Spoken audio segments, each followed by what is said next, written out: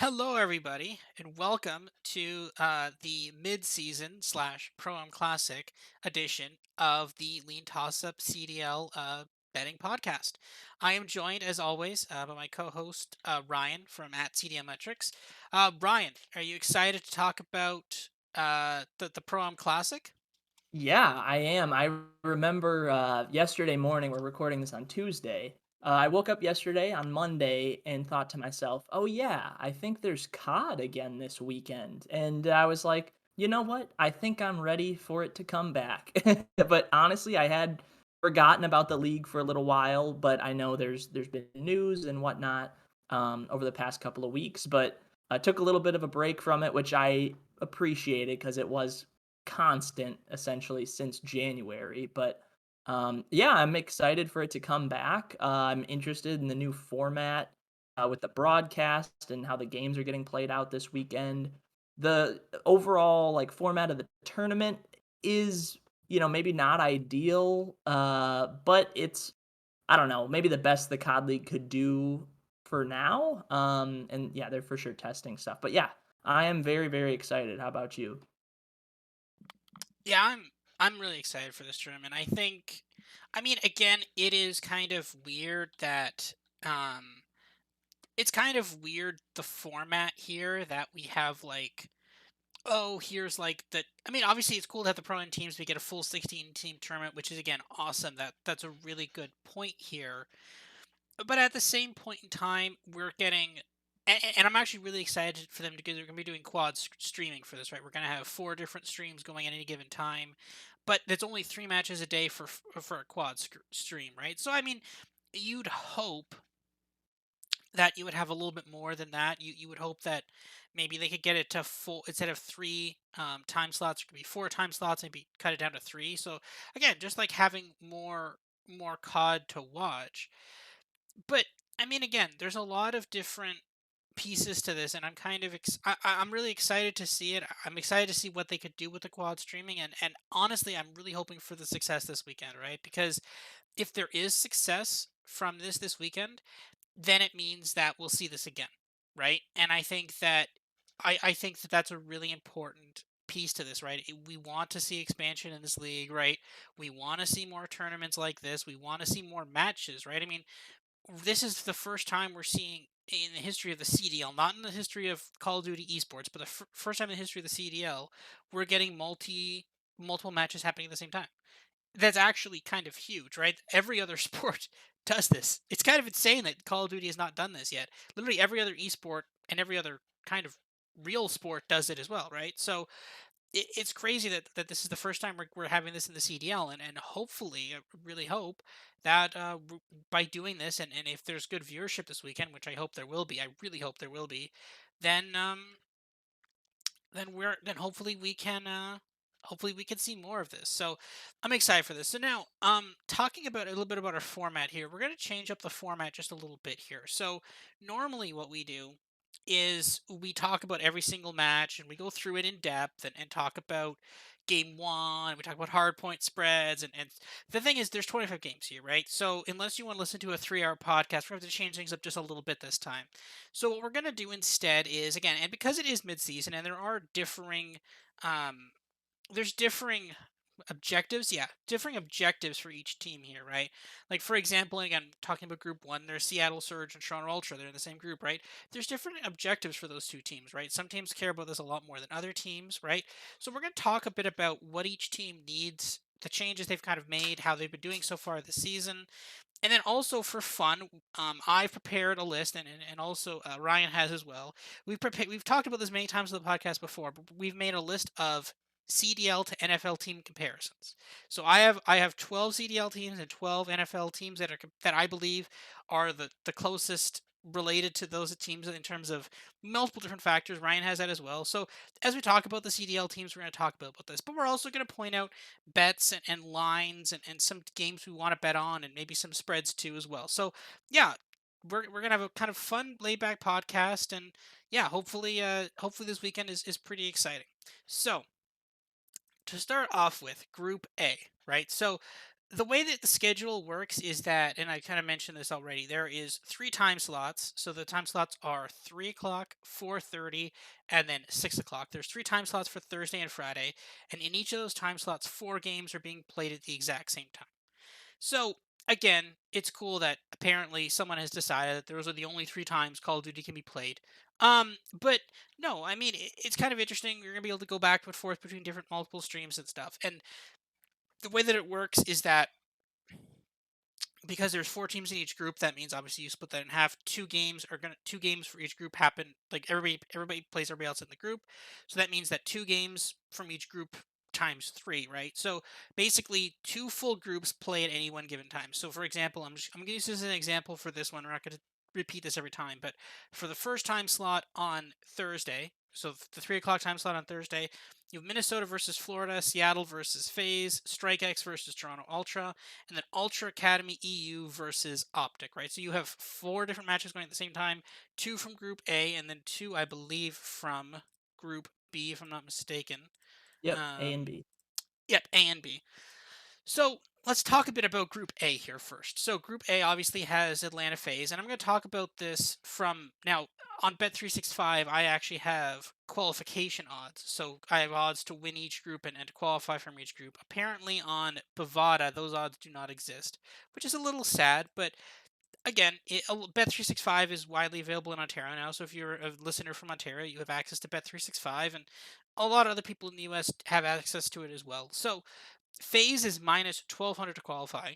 Surge is minus 300. Ultra is plus 175. And StrikeX is plus 600 to win the group. So this is to come in first place in the group. FaZe minus 225. Seattle plus 300. Ultra plus 600. StrikeX plus 2500. So let's talk about each of the teams here first, right? So first of all, we're going to talk about FaZe. So FaZe, obviously, in some cases, the best team in the league. Um, they have been in every major final with the exception of Major 5 back in Cold War, and that includes Champs Final, but it does not include the Kickoff Classic Final. So again, FaZe is clearly one of the best teams in the league. However, though, they lost Major 1 to Optic in the finals, and then they also lost Major 2 to LAG in the finals, but um, it was also they lost those pretty convincingly. They lost both of them 5-2, so they didn't even force a game 8 in any of those in the best of nines. So the question here for FaZe is, and we'll talk about our NFL comps here. Well, my actually, I'll tell you my NFL comp here. My NFL comp to Atlanta is the Kansas City Chiefs. I've talked. This is kind of a free space for me. I've talked about this one a lot on the podcast. I've compared them to the Kansas City Chiefs because the Kansas City Chiefs are one of the best teams in the NFL, right? And I mean, obviously, the Kansas City Chiefs won a Super Bowl, right? Just kind of the exact same way that well, the Kansas City Chiefs won kind of the second last Super Bowl, like 2020, and Atlanta FaZe obviously won champs last year. But the thing of it is, it just feels like at times like they are the best team and they can beat anybody at any given time. But it just feels like in many cases that sometimes they either get in their heads or they just can't pull it off. Like how many like we've seen through Patrick Mahomes' time at Kansas City in the last couple of years, we've seen them beat the Texans. At which point the Texans were a good team. This is when the Texans were a good team. They fell behind. I think it was 24-0 in the first half of a game against the Texans in the divisional round. Then they went on to win that game. Which is insane in football, and at the same time, I have also seen Kansas City struggle to put away the Atlanta Falcons. And that point, it's so eerily similar to this Atlanta FaZe team, right? We've seen them destroy and demolish good teams like Boston. They 3-0'd Boston, and then they immediately will and then this is the same team that almost lost to Paris in the first game of the regular season this year, right? So it's crazy that those teams to me are very similar. And the question I think we need to ask, and I don't have an answer for this right now, is there a problem with this FaZe team pulling it off in finals? Are they getting in their heads? What's the problem here? I don't really think this is a serious deal. I think that they weren't expecting the Optic team, and they definitely weren't expecting the LAG team in the finals. I think I think this team will be fine. They're probably going to win a major at some point, but yeah, I mean, it's gotta hurt for a team that just keeps trying to get to the finals and just doesn't win. What do you think, Ryan? What's your NFL comp to FaZe, and how do you think they're doing so far as a team? Yeah, so this was actually one of the first ones I wrote down. So I wrote every team on a notepad in alphabetical order, and then I didn't go in alphabetical order, but Atlanta was at the top of the list, and I was like, let me think on this for a second. And actually, we're one for one so far. I also put the Chiefs. Um, I think, yeah, like you don't worry about the Kansas City Chiefs being good. And I know last year, even like early in the year, I think they started 1-2. And people were like, is it time to push the panic button? What's gone wrong? Blah, blah, blah. But like, really, like, was anyone nervous? Like, I don't think so. And the Chiefs, made the playoffs, they won their division. Um, they got through a couple rounds, a crazy game against the Bills. The past couple years have been amazing for the Chiefs. I think they have the longest streak in the NFL for division championships at like 6 or 7. Yeah, they're just a dominant franchise. They have a Super Bowl win, obviously, a couple years ago, right before COVID hit against the Niners. And, yeah, they just always seem to have, like, arguably the best player in the game, the Chiefs and FaZe, I mean. So, obviously, Patrick Mahomes for the Chiefs has been, I would say, the best player in the NFL the last 4 years. Like, since he's been in the league, just pure talent alone, he's kind of the guy. And then FaZe, what you talk about this year, Celium seems to be at the top of a lot of people's lists as the best player in Vanguard. Last year, Simp won the MVP in Cold War. And in Modern Warfare, Shotzi won the MVP, but I'm sure Simp was a close in the voting for that. So, yeah, FaZe is a great team. Your point about them struggling in finals, I see it less as an issue. And I think you also don't think it's a huge deal. If that's your bugaboo, is you get to a lot of grand finals and you lose a decent amount of them, like it's like okay, you're gonna win like those too. If you're always there, you're gonna win some, and they do. Last year was super super dominant, and yeah, this year's sample size for tournaments, if excluding the kickoff classic, is 2. And they haven't won either of those, which to some FaZe fans, you like. I guess that you'd say that's a disappointment to have 0 out of 2 so far. But if you're gonna ask me, like, will FaZe win one of the next 2 majors and or champs? Like, I think it's probably minus money to say yes, they will. So yeah, FaZe are the Chiefs. I'm not worried about them. Um, I know they had some lineup rearranging with Prestini coming in at the end of stage 2, but no, they have a great coaching staff, a big coaching staff, which I think is important. And yeah, really, really good players. FaZe are very good. I do expect them to make it out of Group A, but this format, I will say, does help underdogs a decent amount, considering there's only 3 qualifying matches in each group.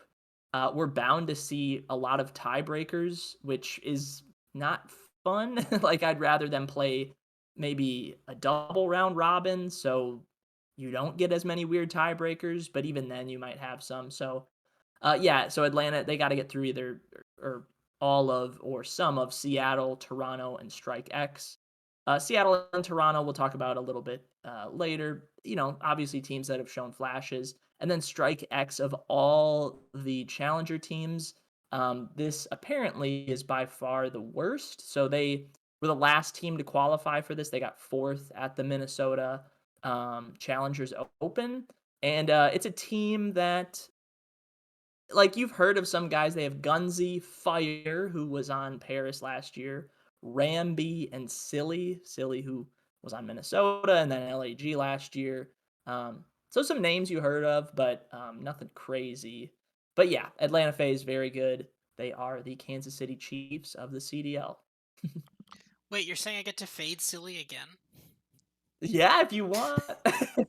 That's amazing. I didn't even. I actually don't know. Like, I don't know a lot of these rosters, the challengers ones. But yeah, that I didn't know. Yeah, I think I'd heard the silly was on waste teams. I didn't know if that was on. So it's fire and silly.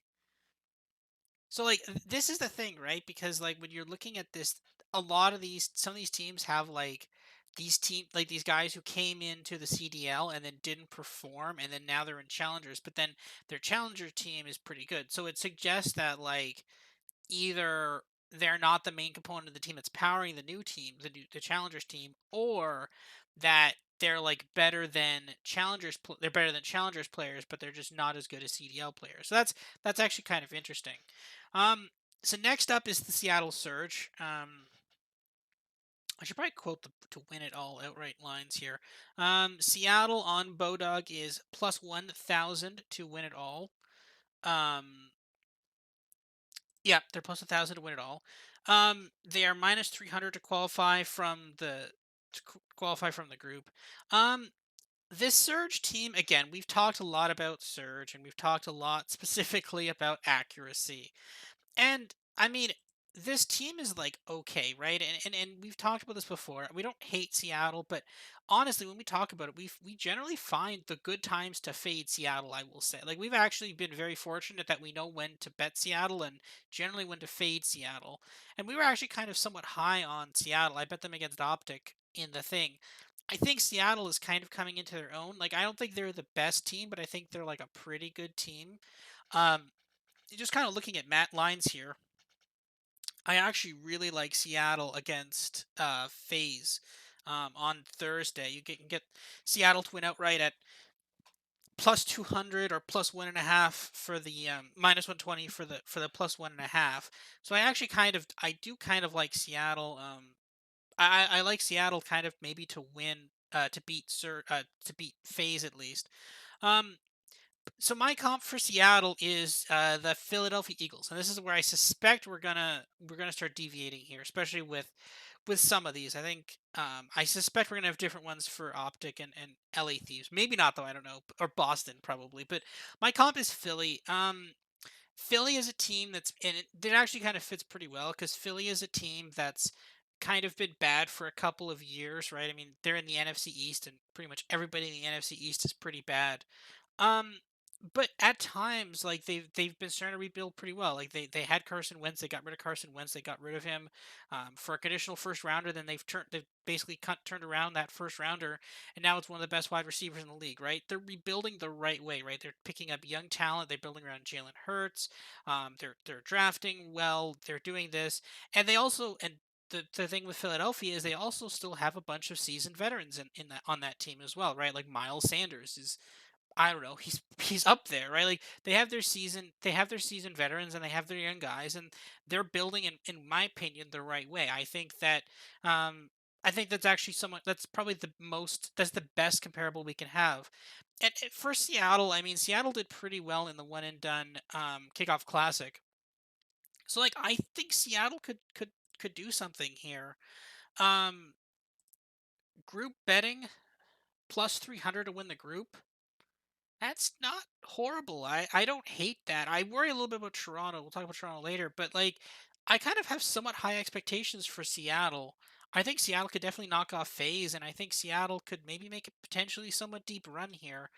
Seattle basically had a decent chance against FaZe, if I remember correctly. Then I think Mac got sick in the middle of the game, so they had to replace Mac in game, and then they had to sub in Classic against LAG, and then LAG beat them, which at that point looked really bad. But now that we know that LAG won the tournament, that doesn't look nearly as bad anymore, right? So I actually I don't hate the idea of betting on this Surge team to do something in this event.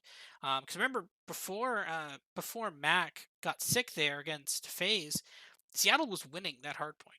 Like they were actually winning in that they were in a position to win. Now again, it wasn't over yet. They were definitely not about to close it out. They weren't like 5 points away, but they were basically tied, and anything could have happened from that point on, right? So, and then when they replayed it, obviously, then FaZe kind of took a bigger lead, and then they couldn't come back from that. But yeah, it's I kind of don't hate the Seattle team this weekend. What do you think?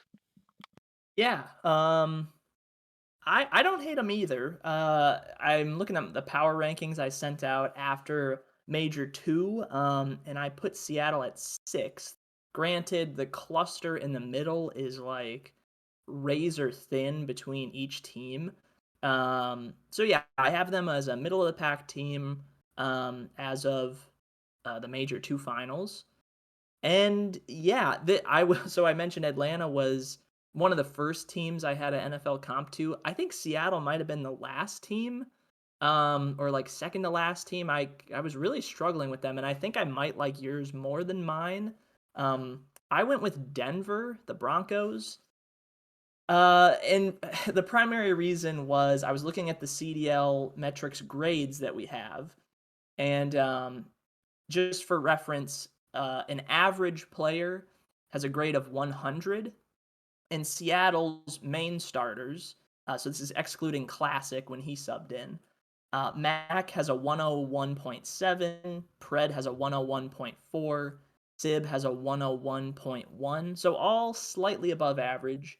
And then accuracy is the only below average player at a 96.5. So like a solid team, like no stars, but like a solidly built team.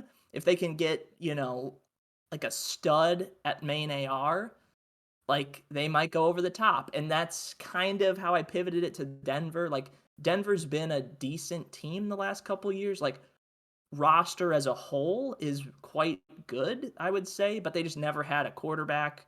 Drew Lock had his issues, and they had Teddy Bridgewater for a second, and like that, just none of that worked. So now they get Russell Wilson. Now all of a sudden, Denver is like very likely to make the playoffs, if not make a run for the AFC. So that's the team I went with for them. I don't love it, but it kind of makes a little bit of sense in my head. They're a well-rounded team, but they're maybe missing that one piece. So I guess the difference would be Denver maybe got that piece in free agency or through the trade with Russell Wilson, and Seattle's still just kind of lurking in the middle. So that's where I went. As far as their prospects for this tournament, I don't hate them. Like to win the group, I think is not a bad price. Because you are asking them to probably beat FaZe, but if not, beat Toronto and beat Strike X convincingly. The one thing I will that we might need to factor in a little more with this like group play specifically is yeah the whole tiebreaker scenario, because we're gonna have them. Not every group is gonna go a 3-0 team at the top, and then a 2-1 team in second, and a 1-2 team in third, and a 0-3 team in fourth. I'm sure one or two groups might end up like that, but we're definitely going to have a group or two where it's a 3-0 team at the top, and then the rest of them are 1-2, where they just play rock paper scissors with each other. And then or we have like on the flip side, we'll have like 3 2-1 teams that all beat up on fourth place, and then they all played rock paper scissors with each other for the top seed. So at that point, the tiebreaker I assume will be map count first, because head to head records are just going to split, no matter what the scenario is. So if it's map count, we want teams that are better at hardpoint, not as reliant on search and destroy. Again, I say all that to just like Seattle's a well-rounded team. I think you would lean that they're a better search team than a hardpoint or control team, but they're pretty well-rounded overall, so I don't know if it means a ton for them. But yeah, if they can get past Toronto, which is winnable, Toronto's definitely been sliding as of late. And then if they can get through Strike X, who again should be the worst of the bunch when it comes to the challenger teams, then it's all about, beating FaZe on day one in the early slot, which I think is a good time to catch him. And yeah, we'll see how serious FaZe takes this. The last, tournament we saw that was like this one was the kickoff, and Seattle knocked out FaZe in round two. So in Seattle, they got FaZe's number to a point. How much does that, go into this match? We'll see. But I don't hate Surge to win their group. Let me look at that future odds. I think you said 10-1 to win the whole thing. Yeah, that's what I see too. I don't know if I love that. Again, I think with this tournament specifically, we're gonna want to go deeper into the board just because it is so, I guess, pro underdog is how I would put it. But yeah, I don't hate that if you're gonna back Seattle this weekend. I say go for it. I can't stop you. So we'll see. I still have to make my decisions about what I want to do and not do. But at first glance, Seattle seems like an okay play to make. Yeah, we'll have to see. It's I think it's really interesting about the different options that you have with some of these, and I think there's definitely value somewhere on this board, and I think we can find it, and I think it's going to be pretty interesting. Um, so next up, the last kind of CDL team in the group is Toronto Ultra. Right, they are plus 600 to win the group, plus 175 to qualify. It means to get out of group. They are plus 3,300 to win. Now, I actually did bet them at 3,300. I bet them at that because when they signed Scrappy, I thought, oh, they're going to sub in Scrappy, and then they didn't. And I realized that was actually dumb, because basically what they're saying when they signed Scrappy, I thought it was basically they're immediately going to add Scrappy to the lineup. But and as we're going to talk about Toronto, this is a good time to talk about Toronto now in terms of the other academy teams. Is that Toronto has three teams in this event. The Toronto organization has three teams. They have Toronto Ultra, Toronto Ultra Academy NA, and Toronto Ultra Academy EU. So, and this is how crazy this is, and this insane the insane strength of this organization.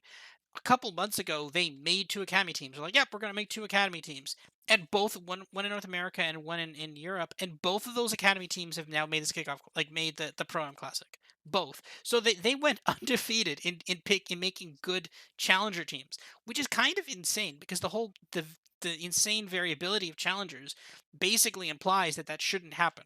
But yet here we are. They've somehow managed to build two extremely competitive challengers teams, and this is the thing, right? I thought when they signed Scrappy, like, oh, they're going to place Scrappy on the team and replace someone else. And there was rumors swirling about that.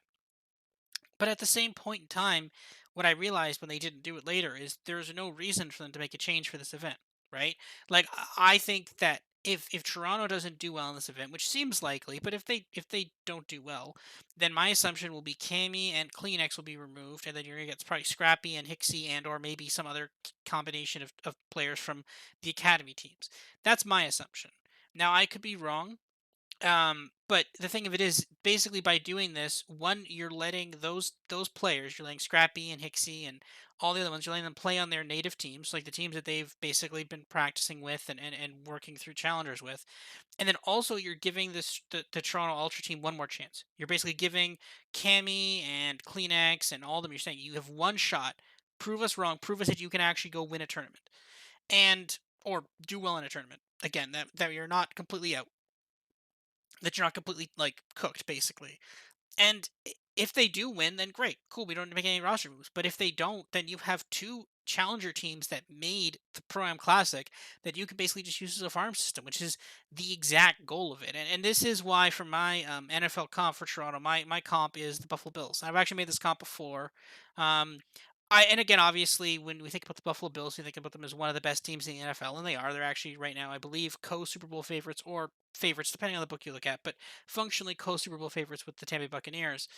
And the thing of it is, although that doesn't currently describe Toronto Ultra and their ability, they're basically odds to win champs. When you look at how deep this organization is, the fact that they were able to basically create two challengers teams, and those two challenger teams were instantly competitive and both made the Pro Am Classic, it just shows the depth of the organization in terms of scouting and talent development and all this stuff. And it's hard when people talk about the Bills, right? And we talk about the NFL entry draft was just last weekend, right? The Bills didn't need any position, right? Like they got a cornerback in the first round because they were trying to shore up the cornerbacks, and because the one cornerback Tre'Davious White had an injury last season, so like let's get another cornerback, and then they draft a running back because, and again, they don't actually need a running back; they have running backs, but they're getting a running back because next year, the main running back, Devin Singletary, he's off of he's one more year left on his deal, right? So instead of having to pay that running back, they've now drafted another running back, which they drafted James Cook, who is actually the younger brother of Dalvin Cook, one of the best running backs in the NFL for the Minnesota Vikings, right? So the team is like Buffalo is like 5 steps ahead, and when you see what Toronto's been able to do with the academy teams, and even with one of the academy teams and also their history of success through Cold War and in the very end of Modern Warfare, and even they had some success here this year, right? Because they won the Kickoff Classic. It's hard to not think of them as an actually good team that's just really having some issues recently. So in terms of that, Toronto 33 to 1, I thought I still have the ability to pull it, but I don't think I will. I think I'm going to let it ride because this Toronto team was competitive at times. Like they almost took out FaZe. They took FaZe to a game 5 in like the last match of the stage 2 qualifiers. They've done things, right? And if they're able to improve, then this team could one win this group. They could win this group's qualify. Probably not, maybe not win. They're probably going to lose to Seattle, but they could definitely qualify, get to the next stage, and then it's single elimination. You go on a run and you have a 33-1 ticket on a team that just qualified. So I don't hate it. Um, what are your thoughts on it? Do you what's your comp, and do you agree with the, like, although the outlook may not in the immediate future might not look great for Toronto Ultra, like in the back half of the season, if they do poorly at this tournament, they actually could be in an amazing position to win champs. What do you think? Yeah, I think your reasoning is really sound, and I agree with a lot of what you said. The comp, so I didn't put the Bills anywhere in my list of 12. I also didn't put the Eagles anywhere. We just mentioned Seattle. You had the Eagles comp to them. I didn't have Philly anywhere. I didn't have Buffalo anywhere. I was debating those teams, but I couldn't find a home. But like you said, with how deep this organization is, right? A big coaching staff, they at least last year were ahead of the game in terms of like strategy and stuff. Like you'd watch them play search and destroy, and they just like they blind countered perfectly whenever they tried to. It seemed like they always had the blind counter ready, or like the wrap back from bomb site to bomb site was always timed out really well. So although maybe like gun skill, this team isn't the best in the game, like strategy wise, coordination wise, this team arguably is. Now, this year might be a little different. And again, it might be the game, right? Vanguard is very fast paced. Spawns are weird compared to last year, like all that stuff. So maybe this type of game is just bad for Ultra, but the organization as a whole, very good, right? They have two other academy teams. They have half the academy teams in this tournament, which is nuts. Um, so good for them. I think uh, first off, I'll go to the Toronto Ultra 33-1. I really like that. Like you talk about teams that are hungry to win this event, like Toronto Ultra, the CDL team, I think is maybe the hungriest. Like they are kind of playing for their jobs. And I think they want an opportunity to face off against an Ultra Academy team in top 8. Now, we'll see if we get that. It's kind of unlikely, but like easiest way I think to go about it is Toronto Ultra win Group A, which there's some hurdles there, right? You got to beat FaZe, you got to beat Seattle. But we don't know the motivation levels of those teams. Toronto beat Seattle at Kickoff Classic, which is a similar type of event to this. Um, and then you need Ultra Academy NA to get second in Group D. So if that's the case, they'll face off at round 1 of the knockout bracket. So that would be a lot of fun. And then obviously if Ultra's like second and some other academy team finishes first, or if we get to the semifinals, they might meet up. However it happens, I want it to happen. And yeah, because it's almost like a varsity versus JV scrim at that point, and it might be a really, really important one moving forward. So, yeah, I'm rooting for Ultra. I don't hate the 33-1. I don't hate to get out of their group.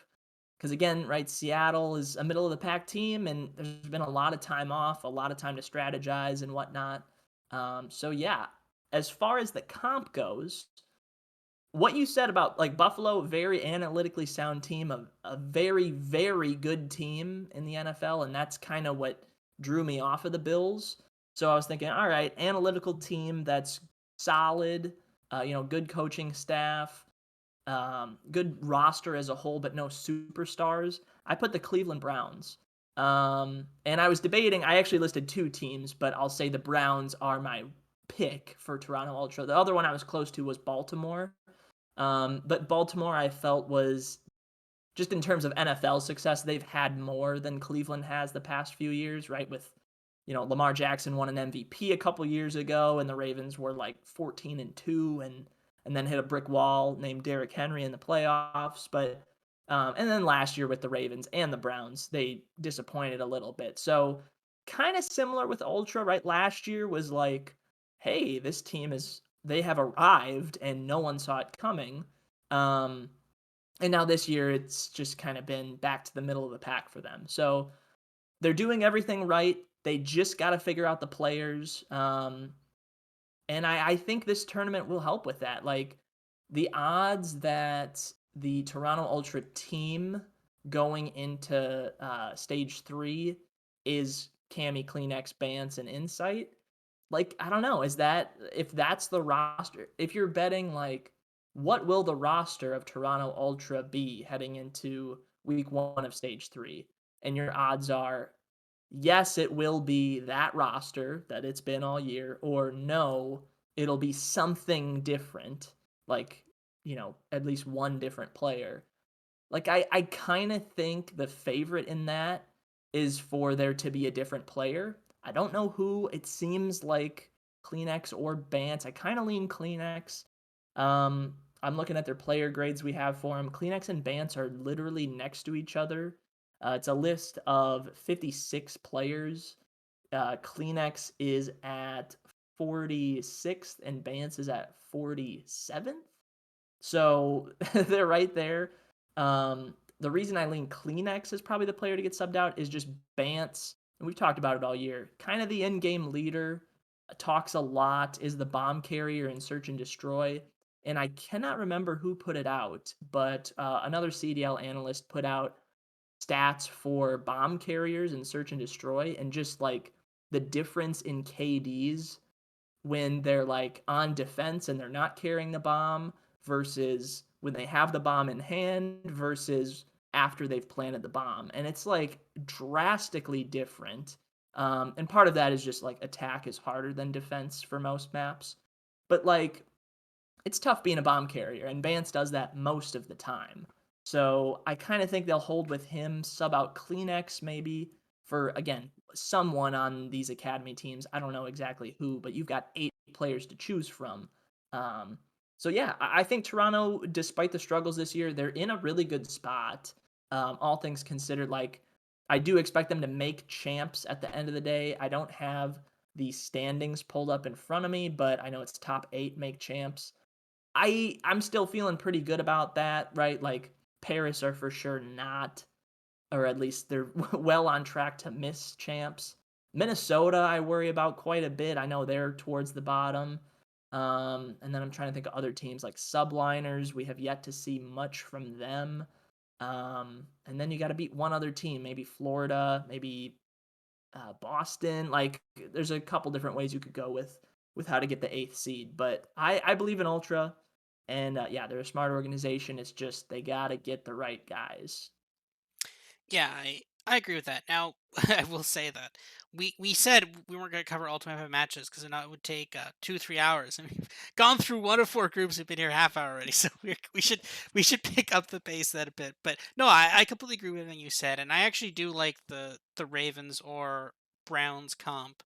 I did not compare anybody to the Browns, just because of Deshaun Watson. That's So fair. Yeah. yeah, I will actually say I didn't actually use I didn't use Denver either. I didn't use Denver or yeah, I didn't use Denver or Cleveland. So, but I did use the Ravens kind of. When I had a struggle with a bit, but yeah, it's kind of interesting that I mean, obviously outside of the Chiefs who are Kansas City, and I think we in our we talked about we have one other that I think we're going to be in unison with, but I think outside of that, it's kind of fascinating that we don't have the same comps for we have different comps for different teams, and that's pretty cool. Now, another one that we may have different comps, but I think it's kind of two sides of the same coin is Optic Texas. So moving on to Group B, to qualify from Group B, we have Optic minus 350, Florida minus 200, Minnesota minus 125, Ultra Academy EU plus 350. That's just to make top two. Um, Up to Texas minus 350. So again, we've had news very recently in the last couple days that sorry, not Shotzi, Illy has an injured finger, I believe. So General from their academy-ish or academy adjacent team, Texas Nation, he's been called up now, and he's going to be subbing in. Apparently, people are saying, I think it was I didn't actually see the video, but the Tactical Rab thumbnail I saw on YouTube said that Optic Scrim is in trouble. So I'd actually now it's hilarious because like I saw that General was subbed in and I'm like, oh, this is a great opportunity. Generally, teams that have a new sub in actually do pretty well. So I saw Optic at plus 400, put a $15 free bet on it. Then I see scrims are going badly, and I'm like, oh no. But in actuality, though, like literally, usually it's the inverse. Like when teams say, oh, scrims are going awesome, they immediately lose. And then when like scrims are like when people say scrims are rough, I mean, generally it's not the greatest either indicator either way. But I'll fade that the Optic is chalked because they have General on their team. So my comp for Optic Texas, and there's one other, there's kind of two that I was thinking of. I have 2, yeah. Yeah, there's a second one it could be. I suspect I'm not sure if you put the other one, but my comp is Green Bay actually, Green Bay Packers.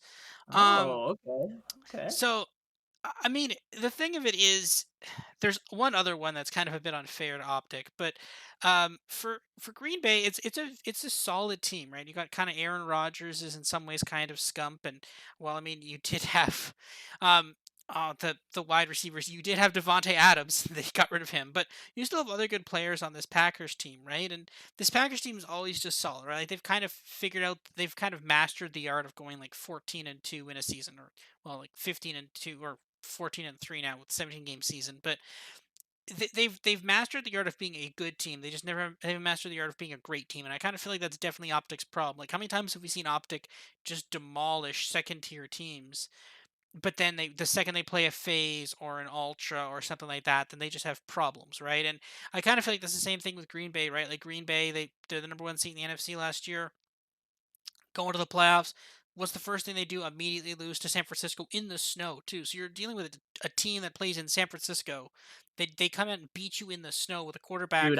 I'd rather not talk about that game, it hurts so bad.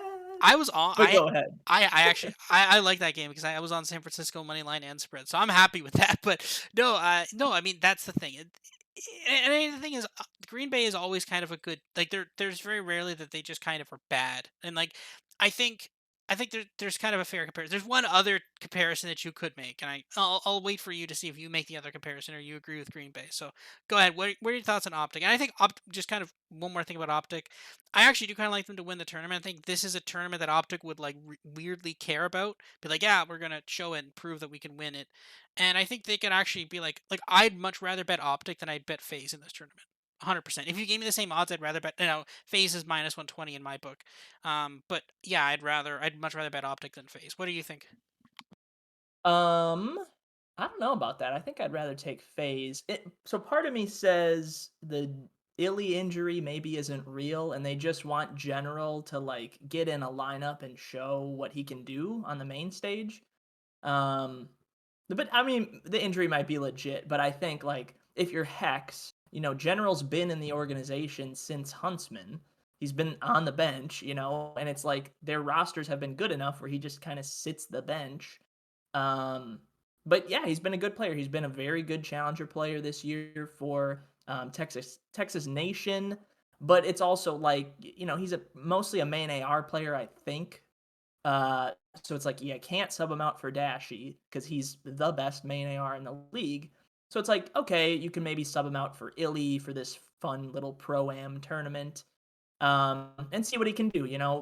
Maybe like I'm not saying this is happening, but like Hex might be DMing or I guess just texting Shotzi and Dashy and being like, hey, if pump General's numbers up a little bit if you can, like because I think he honestly wants the kid to do well, and I hope he does because he might be good enough to deserve a spot on a CDL team. Probably not Optic because they're already a very good team. But that being said, like I'm not sure how serious Optic are going to take this tournament. I think they know they're still the best team in the game despite the struggle they had at Major Two.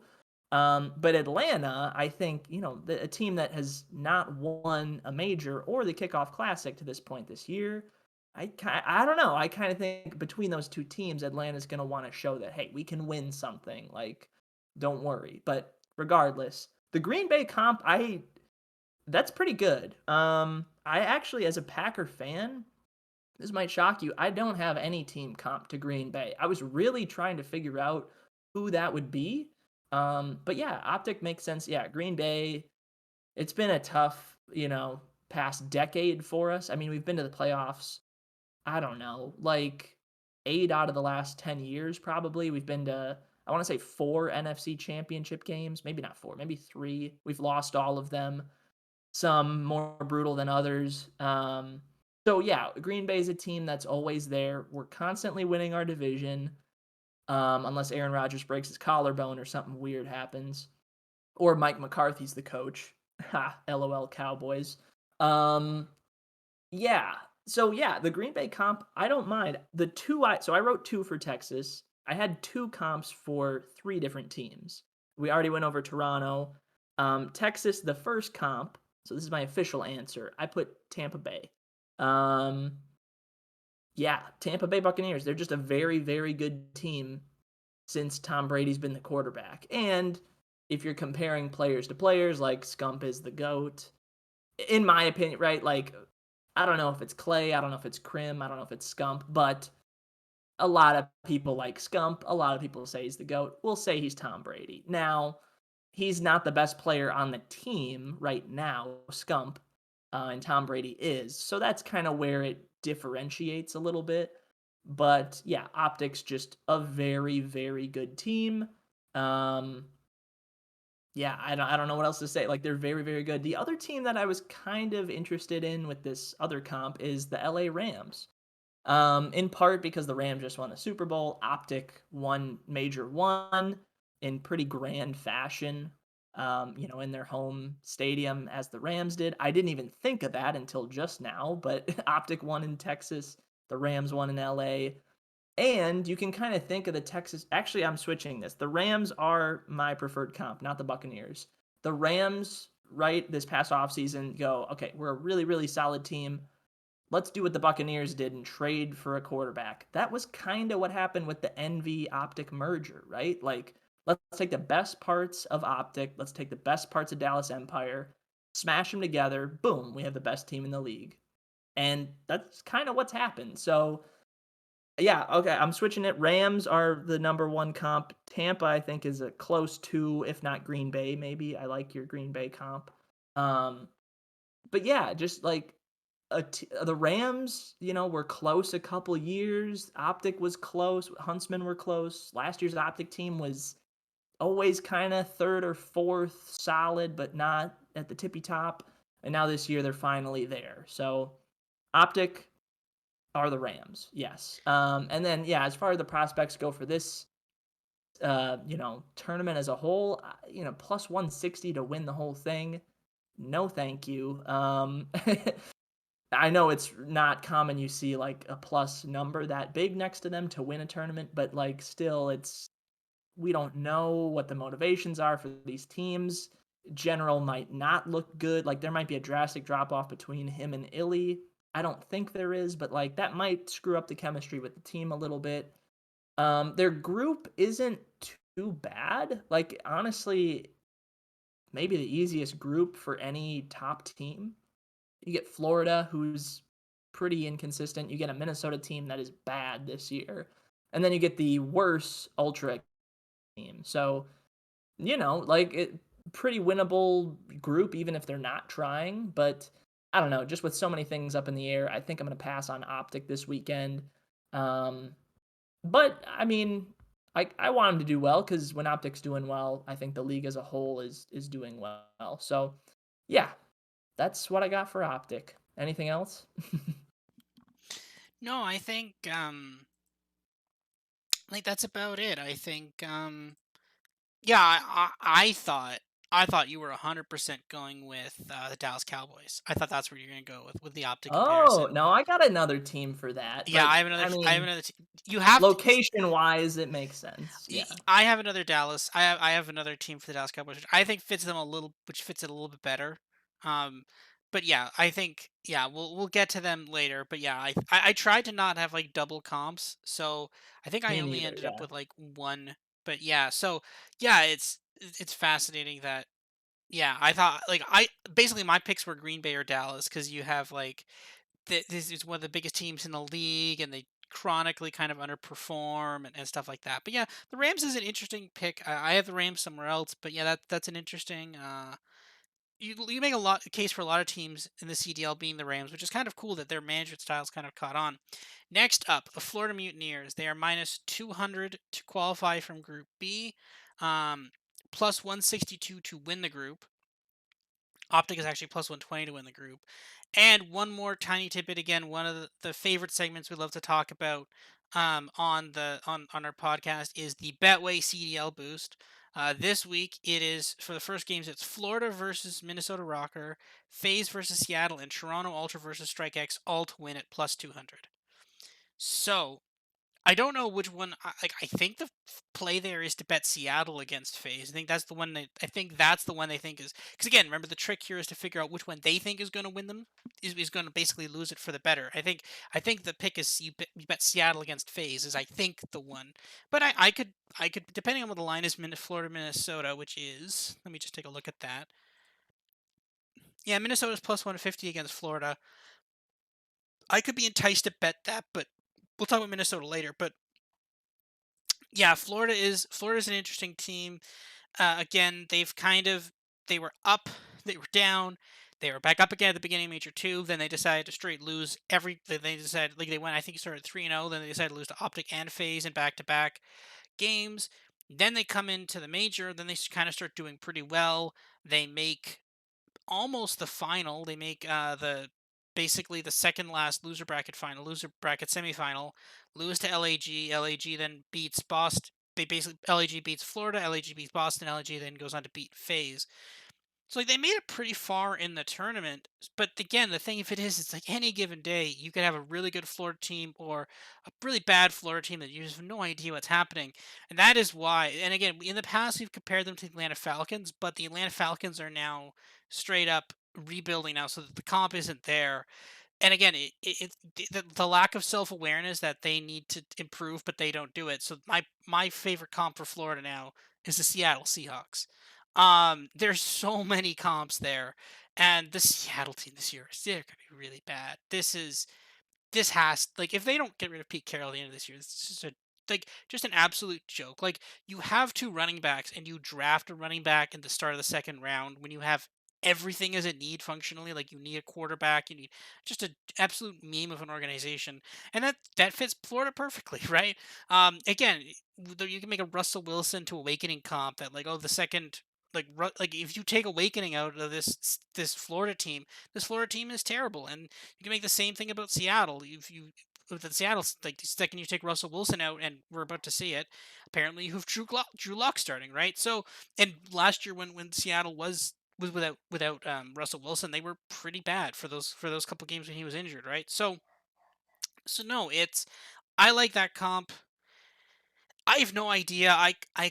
My read of this is that Florida is going to suck this weekend.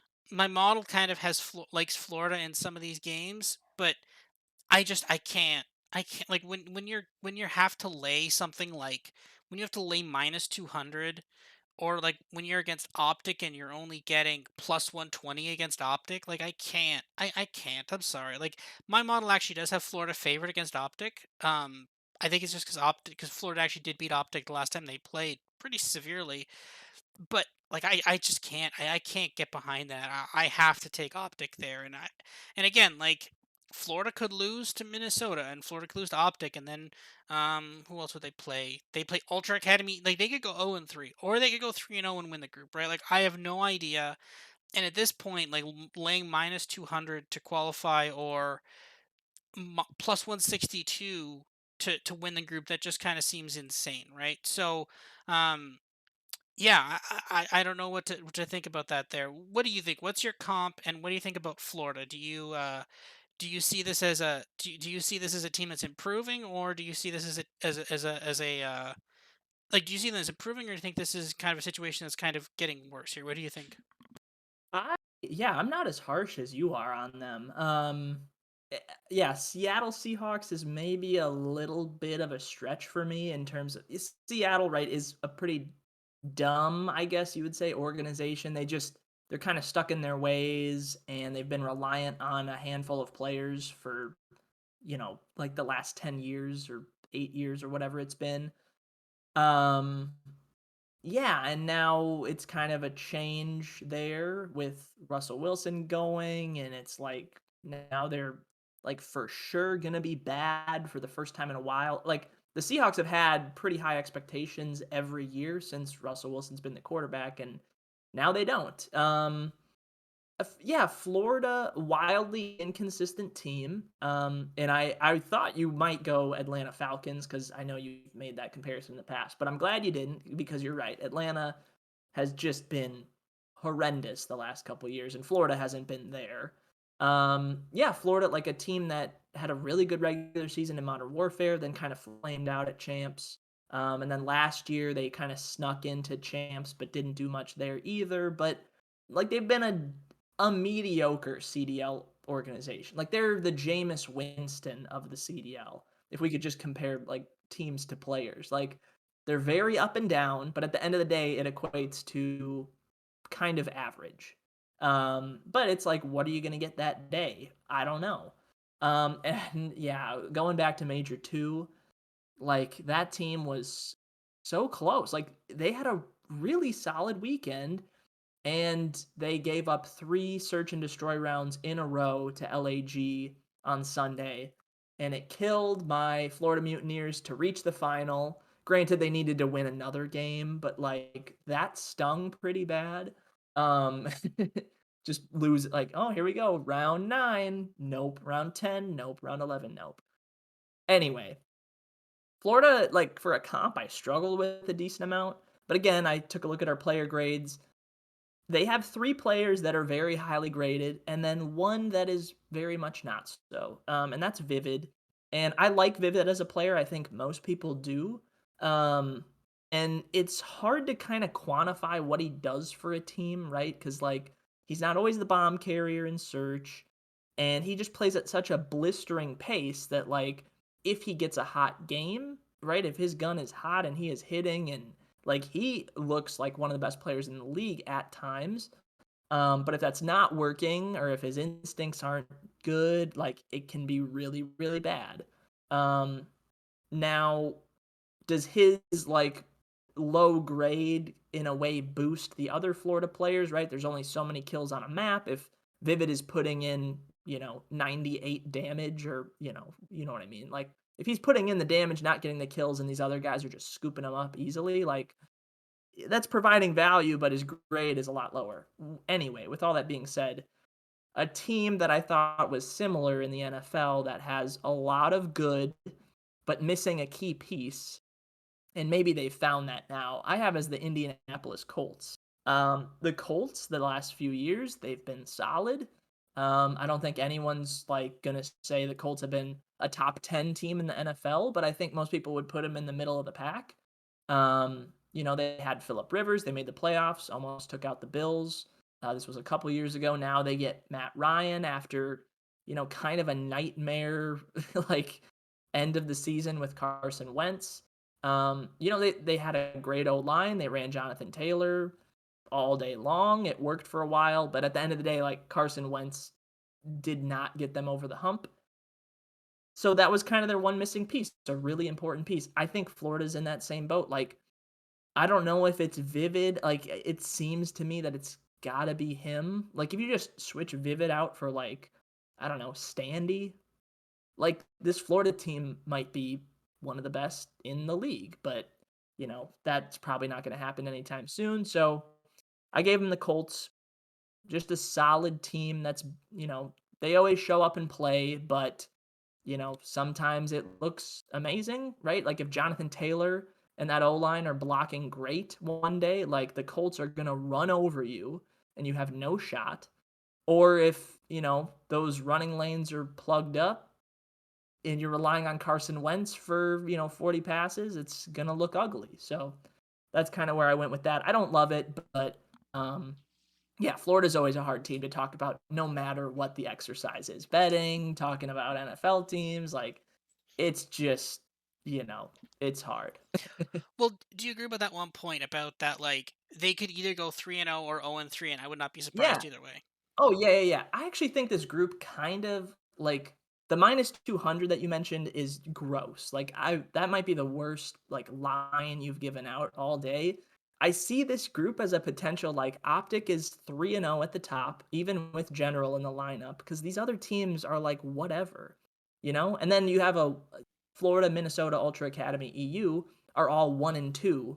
And now it's like, okay, who wins the tiebreakers? I kind of think Florida would win those tiebreakers, right? Because Minnesota is like super reliant on search and destroy. And Florida is slightly better at those respawn game modes. So if Florida gets, a sweep or a win in 4 and Minnesota's is a win in 5, like that could be the difference. So, but yeah, minus 200 is really really steep. But like I say, out of this group, like just honestly, Ultra Academy EU might be the play because I don't see a ton differentiating Florida from Minnesota from them. And I don't know a lot about the Academy team, but if they can come in and they're fighting for their lives to try to get a roster spot, like I don't hate it. Well, this is the thing, right? So, um, where are the lines here? We talked about Ultra Academy EU versus Optic Texas, plus 2.5, plus 120. I actually love the plus 2.5 there.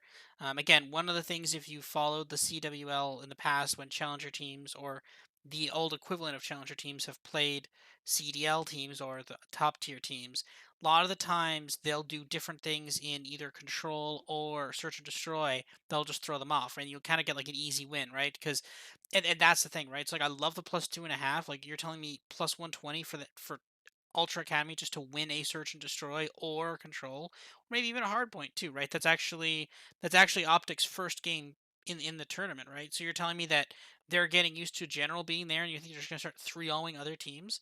Plus 950 money line, that's not maybe the worst there either. But then you start looking at the other Ultra Academy EU games, right? Plus 600 against Minnesota. And we're going to talk about Minnesota next. That's atrocious. Um, Ultra Academy EU against Florida, plus 750. That's laughable. Like, come on. You're telling me that you're going to give me like Florida is minus 2000 against Florida should not be minus 2000 against anybody.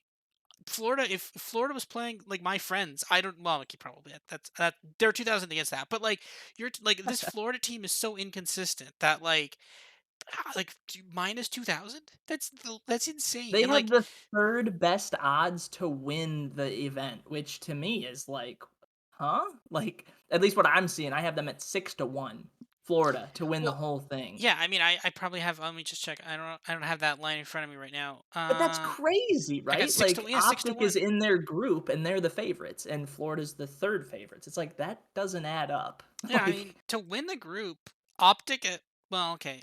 All Optic at plus 120 does not seem bad at all. Now watch, we're bet Optic plus 120, then Ultra Academy E will go 3-0 at dude, I'm 25 to 1. saying like Academy EU to win outright's 250 to 1, like just to reach the final, you're getting 100 to 1. I That's not crazy. You need them to go, 2-1 probably in groups. And then if you're taking them to reach the final, then win the next two games. It's like it's I don't know anything about the EU team. I just know that like Minnesota and Florida aren't world beaters, and this Optic team might look much worse with a new player in there. So that's all I'll say about Academy EU, just because like I, we have no NFL comps or anything for them, but you know, they might show up. That's all I'll say. That's fair. Yeah. So for the last team in Group B, the Minnesota Rocker, my NFL comp for them is the Minnesota Vikings. It's not just because they're both in Minnesota. The Vikings have been a team that has some points been good, right? They've made the playoffs. I think they made the NFC Championship game one time when they beat the Saints in the divisional round. Very similar to the way that we saw Minnesota win the one major, and Minnesota's had a good team some years. But when you get to things like last year, when the team is just not talented enough, and there's just problems in that team, it's kind of the same way as the same thing with the Vikings, and the same thing now this year as Minnesota Rocker. This team has now made a roster change. It was actually funny. You describe. I think you said you were waking up on Monday and you're like, oh, was there COD this week? And you're like, yeah. I think I can't remember. It was like Thursday or so of last week when I was like laying in bed one night. And I'm like, wait, what's Minnesota's roster for next week? And then the next day, then they announced like Havoc's coming in instead of Major Mania. I'm like, oh, okay.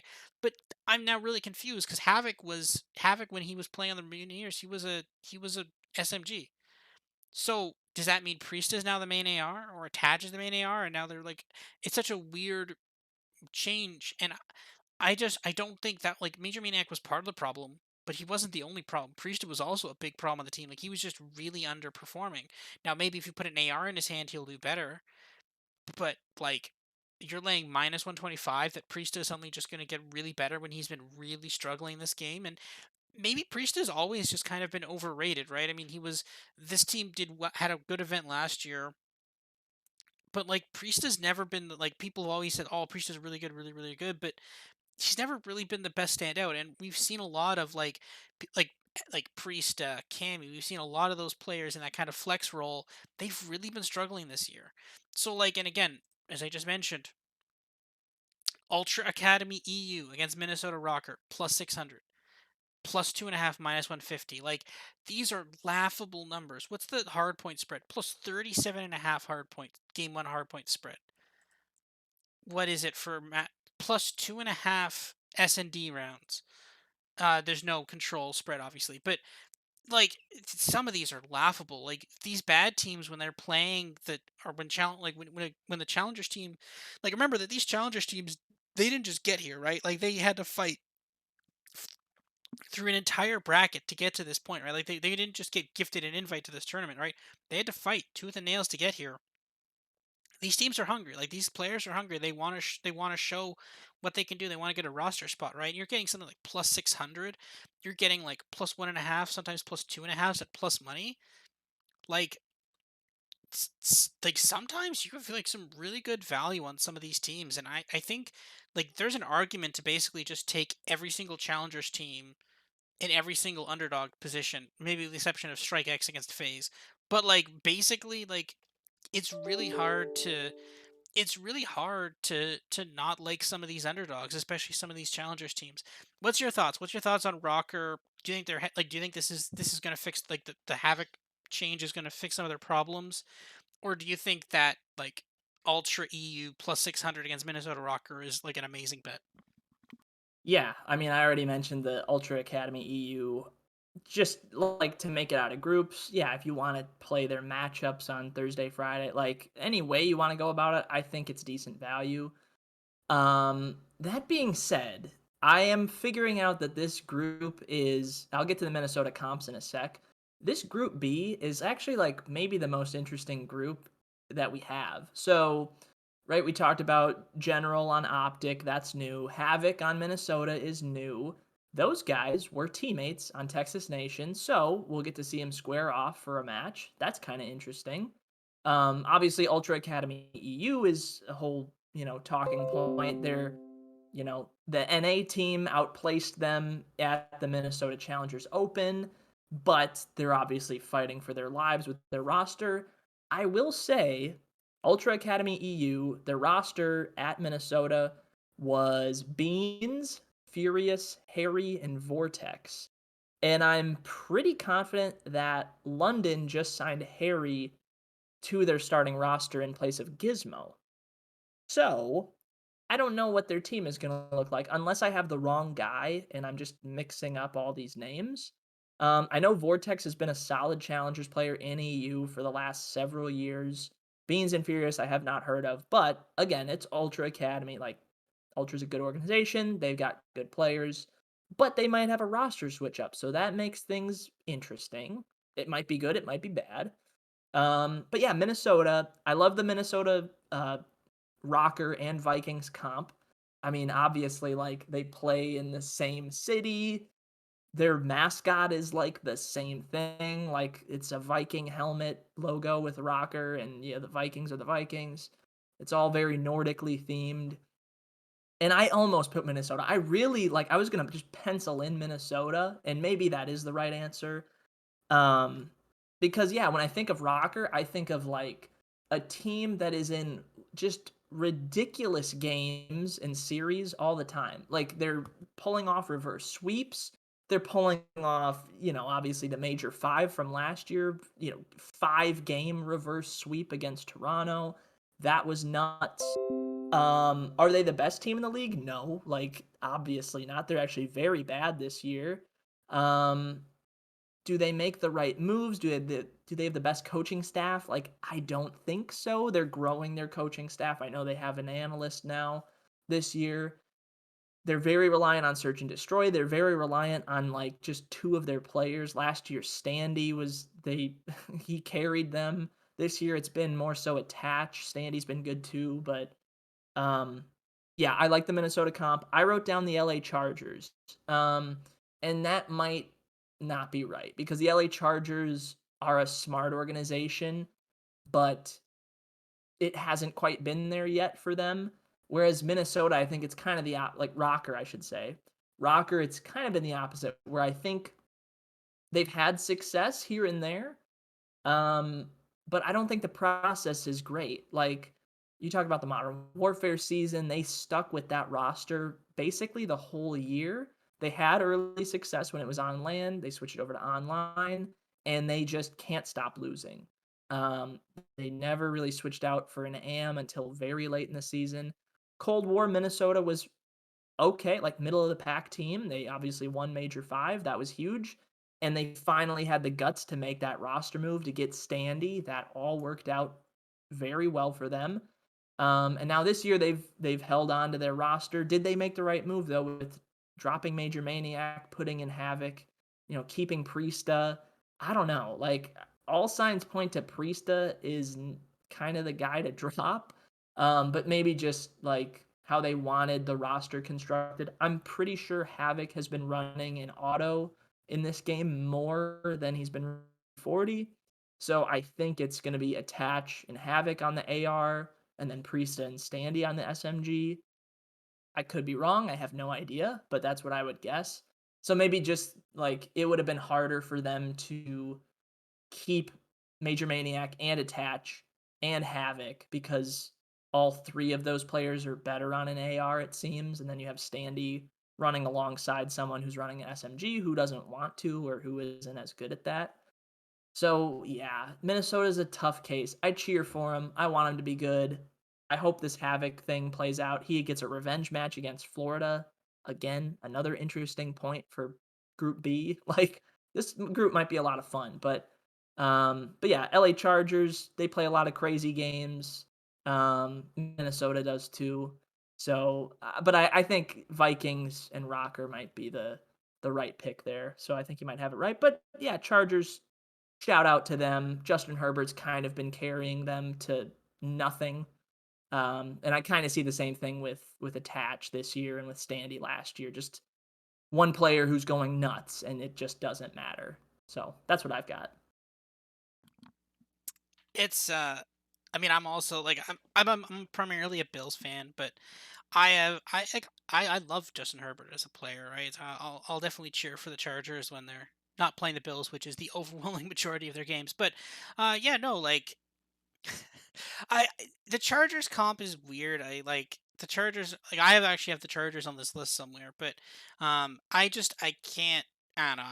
I don't think it's like Herbert is like. I mean, I'm just remember that last game of the season, right, when he's playing against the Raiders and Oh my how many god. fourth down, like 4th and 15. Okay, cool. Then we're gonna do three. Then another 4th and 10. Like fourth and like how many fourth downs did he convert? Like it is just insane. He's just such an amazing player, and like you want him to win, and that's the thing. And I mean, I don't know. I don't know what the comp would be for Minnesota. Is that attach or is that standy? I don't know what the comp is, but it's an interesting comp. I think. But yeah, I think I like my Minnesota comp for Minnesota. I think they're like the perfect comp for the teams.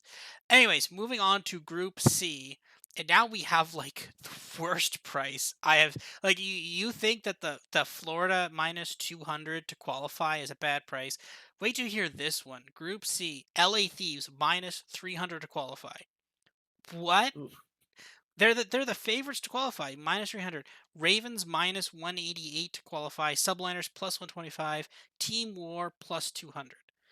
That's the line, and I think my favorite thing is to win. So to win Group C, Thieves minus 120 to win. That's laughable. Ravens plus 300, Subliners plus 350, Team War plus 800. What? Why not just put one unit on Ravens to win the group, one unit on Subliners to win the group, and then just walk away? Right? Like, why not just do that? Um, I'm gonna fade this Thieves team in every game. They're playing their first game is against um subliners, again, plus 120 of the subliners. Great. Thank you. Thieves, Ravens. They're favorites against the Ravens. Ravens minus 110. I will take that. Thank you. And then to top it all off against Team War, Team War is plus 3,300. 333. I will also take that. Thank you. So I'll bet against these every single game, and hopefully that works out for me, and I kind of think it will. But this is the thing, right? Like, this Thieves team, and we'll talk about the Thieves first. My comp to them, and this is the comp that I thought you were going to make for Optic, but my comp for them is the Dallas Cowboys. They're a team that has a huge amount of following. They're one of the biggest names in esports. Kind of, they have a big kind of like dynasty with them, and also, and like I was thinking about this a lot, like I dare envision like Jerry Jones if he was like what 50, 60 years younger. Tell me he would not be Nate Shot. Tell me that's not Nate Shot, right? Like tell me if Jerry Jones didn't grow up in like I don't know how old Nate Shot is, but like imagine if Jerry Jones grew up in like the 2000s. Tell me Jerry Jones wouldn't be like streaming Fortnite or battle royales on Twitch, right? And talking about wheeling and dealing roster moves. Like that's basically Jerry Jones if he was just like 50 or 60 years younger, right? Like this team is and again is the same kind of thing where like they're gonna like the thieves are gonna go out just like the Dallas Cowboys are gonna get the best player, right? And they're gonna make a lot of roster moves that don't make a lot of sense, right? Like the Dallas Cowboys right now are extremely hamstrung by the fact that they signed Ezekiel Elliott to a massive contract, and Ezekiel Elliott is okay, but he's not an amazing running back, but they're giving him an obscene amount of money. And because of that, they had to count on Amari Cooper, who was actually a good player, right? And this is the thing is this is I don't know what they're doing. They did some role shifts. The reason I think they did some role shifts is because we don't know how big these contracts are, right? Like, is Octane getting a ton of money? And like if he is, then like are they just unwilling to cut him? Like we don't know what about the other players too, right? Like this is why when I think if the Thieves make a change, I don't think it's Octane. I think they're gonna go after Draza or something because I don't think they can actually afford to cut Octane and his salary, right? But yeah, I'm very low on the Thieves, not just for this event, but just in general. I think after this event they're gonna have to make a change. I think the idea that just a role switch somewhere is going to fix this team is obscene, and I have no idea where this money is coming from. Where's all this Thieves money coming from? Who are the people who are like, yes, I want to bet the Thieves minus 120 win Group C against a Ravens team that just had another team change, which probably makes them better, and the Subliners team who also had another team change because they got rid of Neptune, who was one of the worst rated players by our player grades. Like they actually improved. And you're telling me that this Steve's team that did improve is now somehow the favorites to win this group? That's insane. So what's your NFL comp and what are your thoughts on the Thieves? Yeah, we're 2 for 2, or I shouldn't say 2 for 2. We've got 2 of the same now. I do have the Dallas Cowboys There we as go. the comp. That one was pretty easy for me, actually. Thieves to Dallas, I think, was one of the first ones I did. Um, yeah, because, I mean, Dallas Cowboys, they're an easy team to pick on because they're always overhyped. Maybe the biggest fan base in the league, although maybe the Packers have that. I don't really know. But the Cowboys obviously have a gigantic fan base. They've been solid, right? The last, I don't know, however many years. Like the 2010s were pretty good for the Dallas Cowboys. They, made at least one NFC championship and then they went to the playoffs a bunch. They won the NFC East a decent amount. And now, they've got players. Like they are a solid team, but a team that you're never really scared of in the playoff. Like they're the Cowboys. Now they have Mike McCarthy, who's an idiot. Like Mike McCarthy, if you're listening to this, like I'm sorry I called you an idiot, but also I was a Packer fan. Thank you for the Super Bowl, but like I don't know what happened to you because he just forgot how to coach after that. Anyway, yeah, thieves. Yeah, that's a surprise that they're that heavy a favorite to win this group. I kind of think this one's a four-way toss-up almost. Ravens make a switch, right? So Gizmo's out at least for this weekend in place of Harry, who we mentioned was on that Ultra Academy EU team that got third at the Minnesota Open. So there's that. London did not look good in Major 2. They had the 2 seed and flamed out pretty quickly. And they dropped all the way to 7th in my power rankings. Granted, again, the middle, like between 3rd and like 9th or 10th in my power rankings is like super tight. Um, but yeah, I have Ravens 7th, Thieves 8, Subliners 11th, and then you throw Team War into this group. Team War finished second at the Minnesota Open. And they have a roster full of guys that I really haven't heard of, which kind of excites me. Like their roster is Denza, Maple, Wardy, and Wee Man. I have heard of Denza. I have heard of Wee Man. The other two I don't know at all. Um, but yeah, they finished second at that Open. Only lost to Ultra Academy NA. So like I kind of don't hate just picking them to win the group because yeah, we've talked about, Ravens have been a good team, but lately it's not been good. So maybe the time off helps. Maybe the new player on the roster helps. Although Gizmo was solid, like nothing wrong with him, but his play had fallen off a little bit. Um, yeah, and Afro's really good. Zero's really good. Nasty's been solid. It's just a good team. Thieves, on the other hand, again, right? It's like this team should be very good, but stage 2 was not kind to them whatsoever. Showed a little bit of flash at the major, but again, not much else. Their search and destroy is horrendous. So I guess in this format where, if you get a tiebreaker, it's going to matter. Um, the fact that they're probably going to win series in 4 games instead of 5 might be helpful. I kind of think Thieves do qualify, but like, yuck. That the price to win or to qualify, just to be top 2, not great. Again, I think I'm gonna go with the underdogs. Team War, I mean, I don't know much about them, but just the fact that this group is kind of open, um, I don't see why not. So yeah, I don't know. I mentioned Group B might be the most exciting. Group C might be the least exciting. Unless like Team War comes out and just stomps everybody and we're like, "Oh my gosh, what is happening? This team should just be in the league." Which honestly, it could happen. Um, so yeah, that's what I got for Thieves. Overhyped, um, but like fine. Like, they're gonna win series. They're not gonna be in the basement of the league, but like they just get way overhyped. Um, for like just based on the hype, you think they would be like the top 1 or 2 or 3 team in the game, but they're just not. So Yeah, that that's what I yeah, that makes sense. Ravens plus 300 to win the group, as I said. What are they qualifying? Minus 180 to qualify. My comp for the Ravens are actually the Chargers. I actually have the Chargers as my comp for them. Um, I think the Chargers are a team that are kind of building on youth, and I think that's kind of exactly what the Ravens are. It's just a solid team, and you love seeing them play. You love seeing them win, right? And again, you have those moments when it's like, how did you just lose that game? And it's kind of like when in the second last week of the season, when the Chargers could have clinched, basically functionally clinched a playoff berth, and they lost to the Texans. Right? You're like, what just happened? How did you lose to the like you were supposed to just destroy the Texans, and you did not just destroy the Texans, right? Like moments like that, and I feel like that's kind of exactly what happened to London. Now I don't know why Gizmo is being changed. Maybe you can talk about that in your part, but I. I mean, this isn't the first time he's missed games. I don't know if there's some issue with him or something like that, but honestly, just replacing Gizmo with someone that might add some stability, it might actually make this London Royal Ravens team good. So I'm kind of in on the Ravens. I don't think they're gonna have the power to win it, but definitely can win this group. I mean, this group is. I kind of agree with you that it's completely open.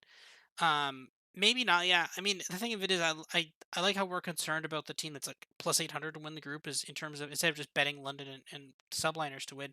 But again, if we're gonna get a lot of like maybe just bet every dog in every matchup, like okay, subliners against thieves and Ravens against thieves, and just team war against whatever. But like, it's interesting and we're gonna have to see how like these challengers teams could be really kind of interesting here. But yeah, the Ravens, I do like the Ravens. I think they're a fun team to watch.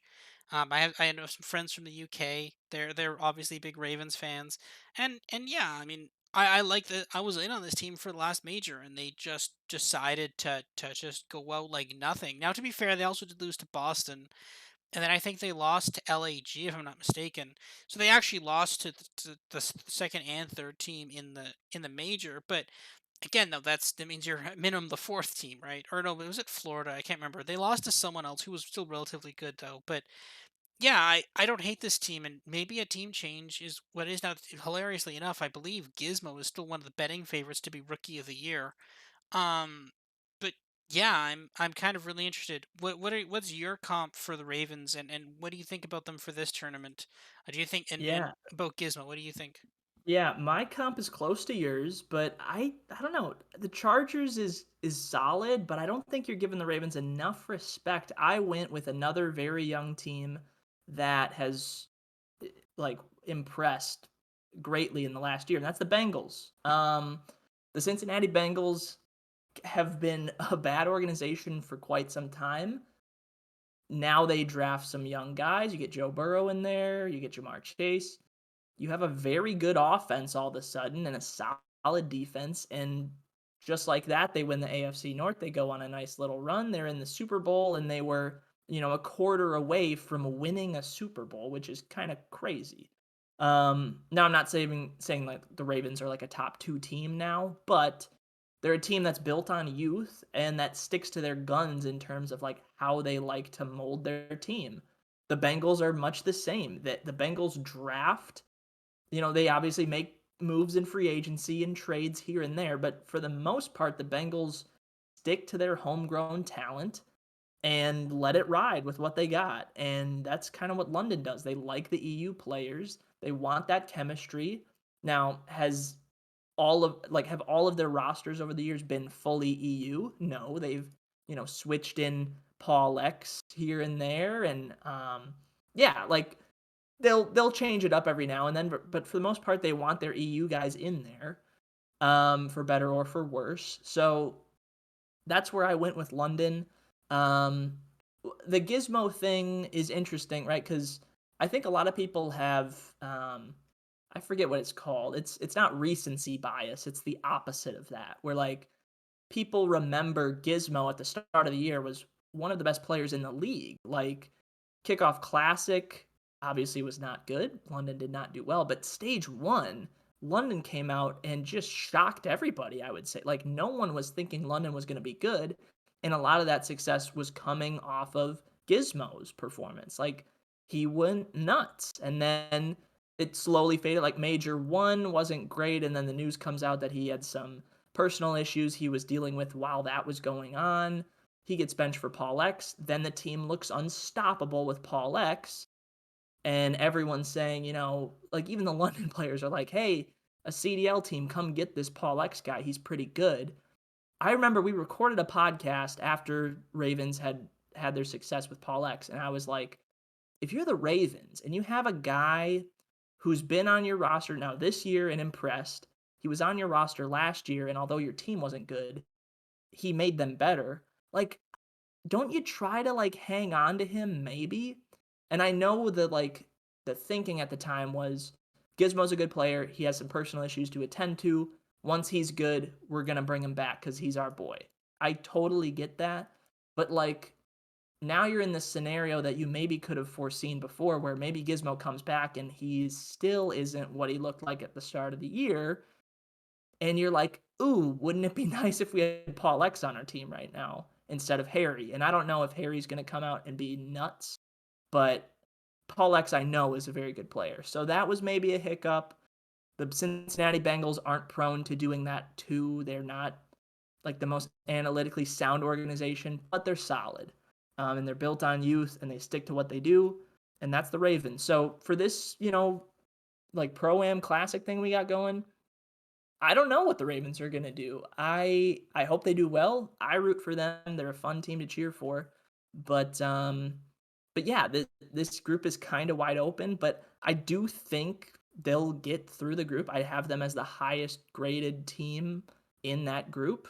It's close between them and Thieves, but we've seen what subliners have done. They've been okay now that they've added Paul X, but um, there's still a lot of struggling with that team. And then Team War, for as much as I like their value, like we'll see if they're a good team on the main stage against CDL competition. So I don't mind the Ravens. I heard you say they're underdogs against Thieves.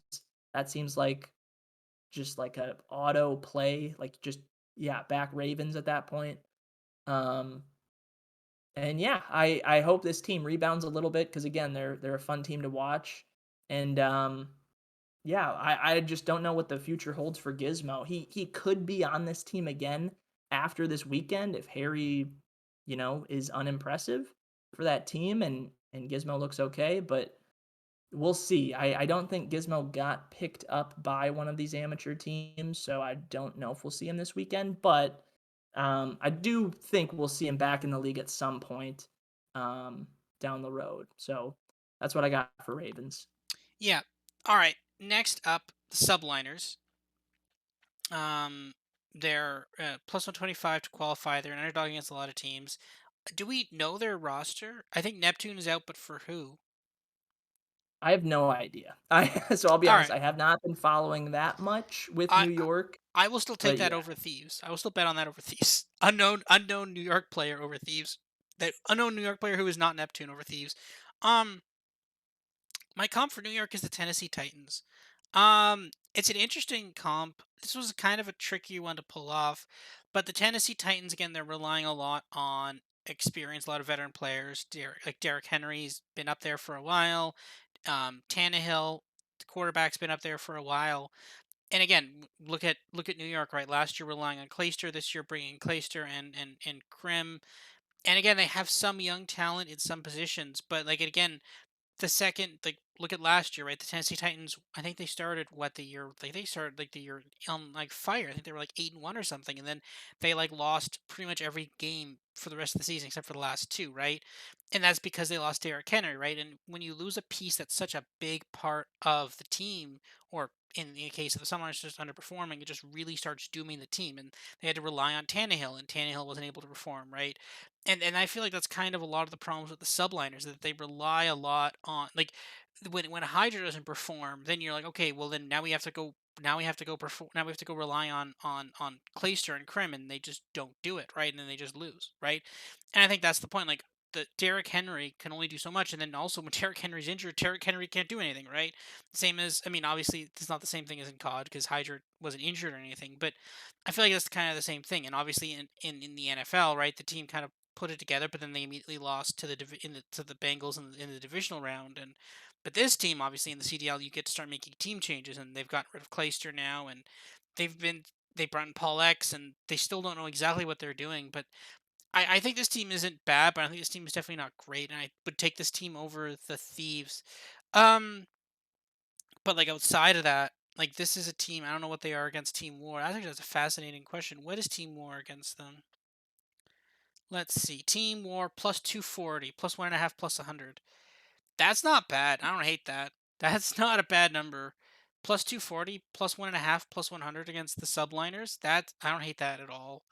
Taking the Team War, taking them to a game five. That's that's not a horrible pick at all. So, what are your thoughts on the subliners, and what's your NFL comp for the subliners? Yeah. I get your argument with Tennessee, right? A team that is a little reliant on veterans. They like London, I guess, or like London Royal Ravens, like the Bengals. They kind of stick to what they do. Um, yeah, running the ball with Derrick Henry every play they can. I will say that comp might be a little nice for the subliners, right? Tennessee was the number one seed in the AFC. They went, I think, 13-4. Granted, their division was horrendous and And they got a little lucky to get there, and but kind of still, fraudulent too, I'd say. But yeah. yeah, I mean, any team who wins that many games, there's maybe a little bit of an aspect of luck because football's a hard game to play. But yeah, Tennessee, I get. My comp was New Orleans. Again, a team that's, I mean, I guess a little less reliant on veterans and older players now that Drew Brees is gone, but still a very old team when you look at it. The Saints' defense is full of veterans. It's solid everywhere. Like their D line is good. They got Cam Jordan on there. And then you get your mix of younger guys. You got Marcus Davenport in there. You go to linebackers. Demario Davis is solid. Um, you know their secondary is solid with Marshawn Lattimore. Some of the safeties. It's a good mix of old and young, and that's what the subliners are. Um, but like I don't know, a team that you look at and you go, this team should be really good. Just looking at the players that they have, and they're just not quite there. I don't know. There's just some disconnect. Um, so yeah, this one was kind of tricky. I basically just based it off of age. Like the Saints are an old team.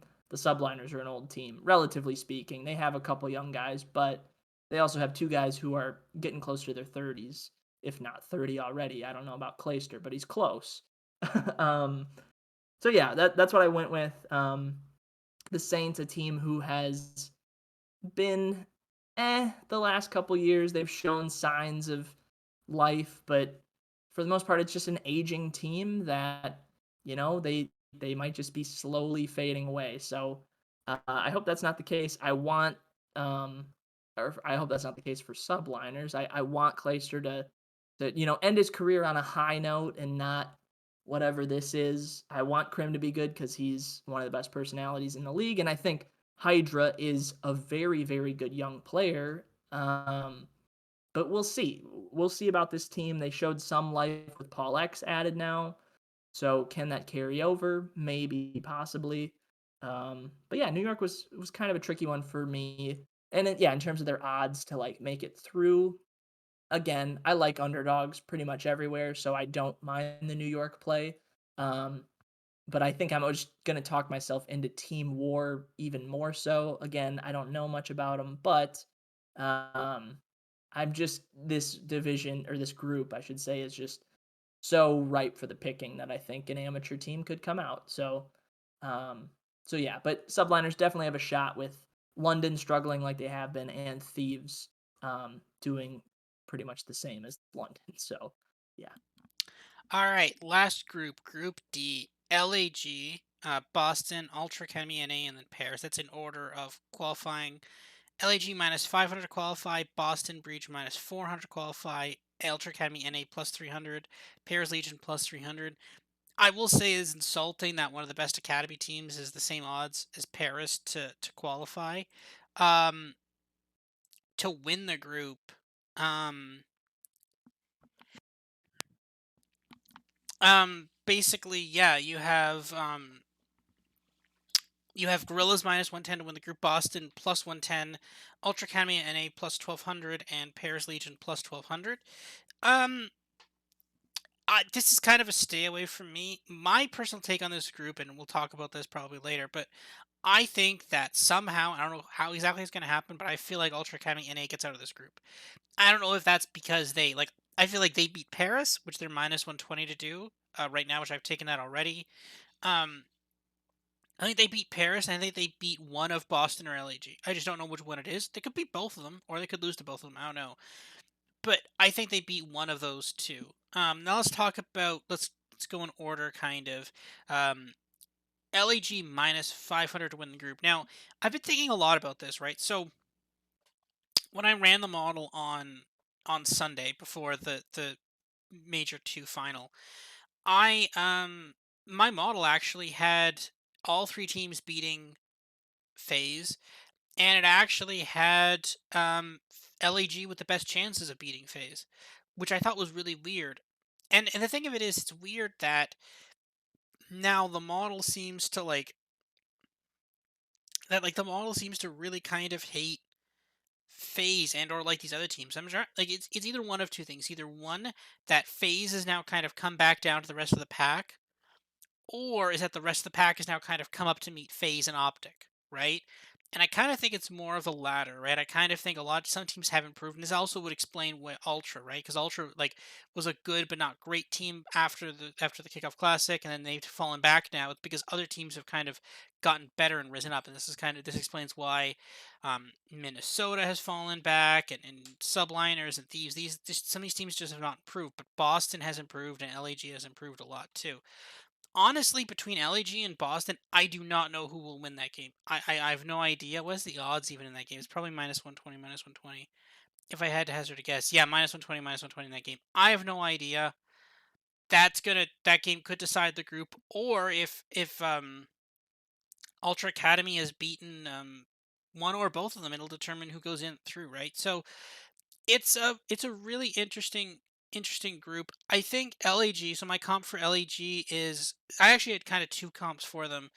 Uh, I have Baltimore and the Rams.